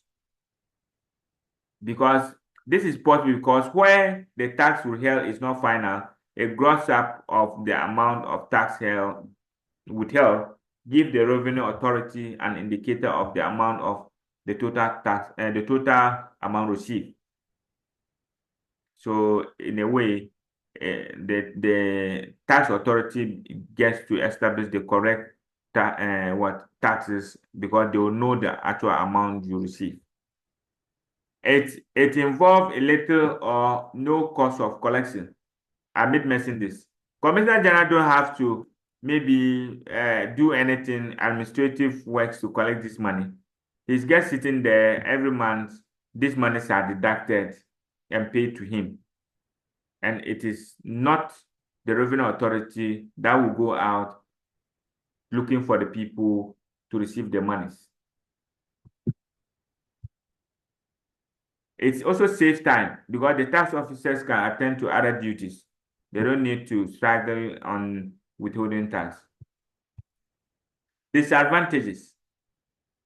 A high rate of withholding tax has the tendency to affect the operational performance of businesses. And this is very true.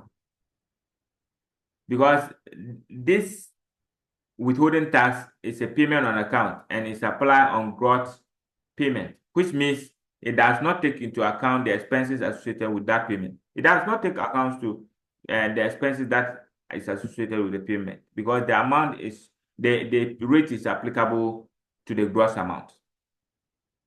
Following the point I, the cash flow of the business will be affected because some of them are paid irrespective of whether the business have made profit or not.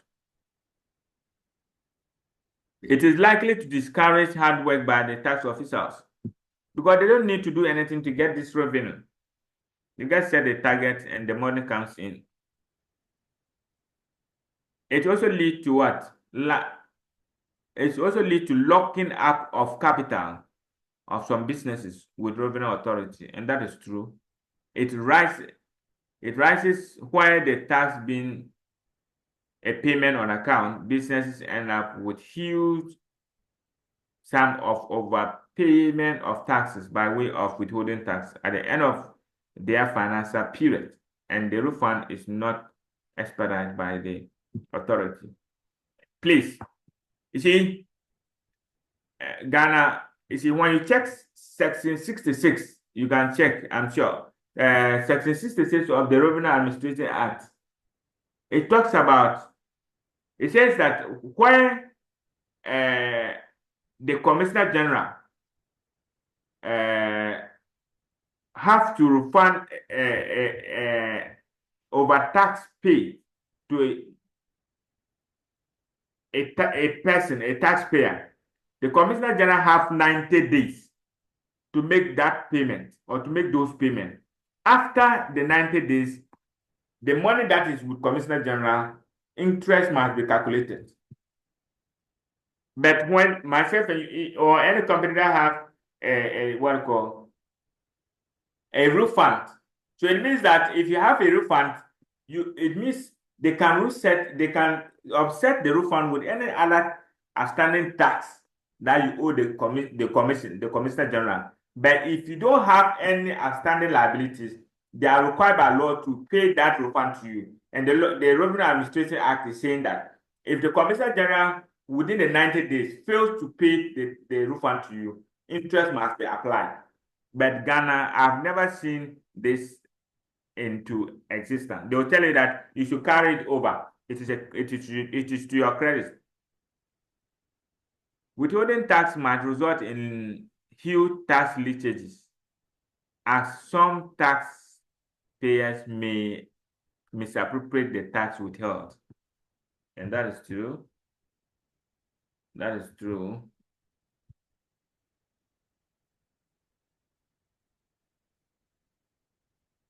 So we have the obligation of withholding agents. So the withholding agents must file tax returns and pay to Commissioner General on or before 15th of the following month.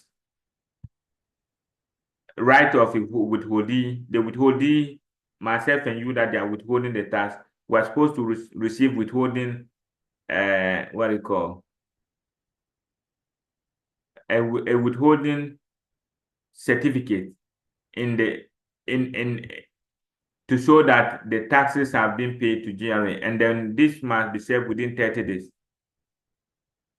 The amount of tax made to the withholdee during the period and the tax withheld by the withholding agent from the payment. So withholding from employment income, I've already explained this, and we have the tax credit. I've also explained this. So please, this is what we're supposed to do for today. If you have a question, let me take it before I bring the section to an end.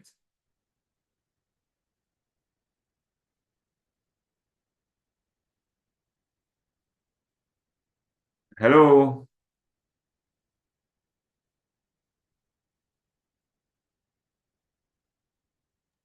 Sir. Yes, any question for me?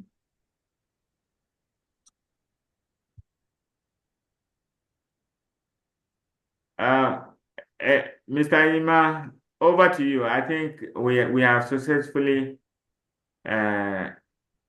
concluded on withholding taxes in Ghana.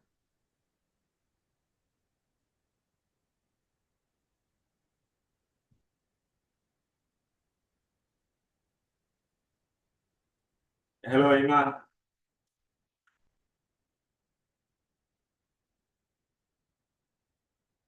Hello. Guys, do you have any question for me?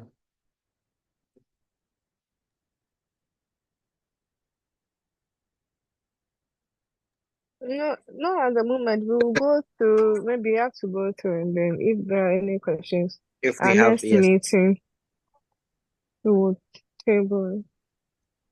But Okay. someone has. Not anybody that I know. Okay. Our discussion comes off today dawn. So please, 4 o'clock, you all have to be up. Ima, Boss. yes, we have successfully, by the grace of God, ended on withholding taxes in Ghana. So over to you. Maybe if you have a word before we bring the class to a close. Thank you very much, Mr. Musa, for holding the fort today once again. I think students of principles of taxation will not forget your name. You have been so impactful during your presentation. So on behalf of the course rep, the deputy course rep, the coordinator, we want to say a big thank you for taking us through withholding taxes. Team members, what do you have to tell Mr. Musa? Say, God richly bless you, and we are very much grateful. God bless you. Thank you. God bless you. Yes. I had a very busy schedule today, so I was just about planning how to find a solution to meeting you this evening, but at a very late notice, Mr. Musa had to step in. So we are very grateful, sir. So as announced by our course rep, tomorrow 4 a.m., we are going to meet and we'll take it from there. So let's encourage one another to link up at 4 a.m. tomorrow. On that note, I want to say good night. Okay, so Mr. Yeah, so you can end the recording. Okay. I'll send you a private WhatsApp message on what to do with it. Okay. Thank you, sir. Okay.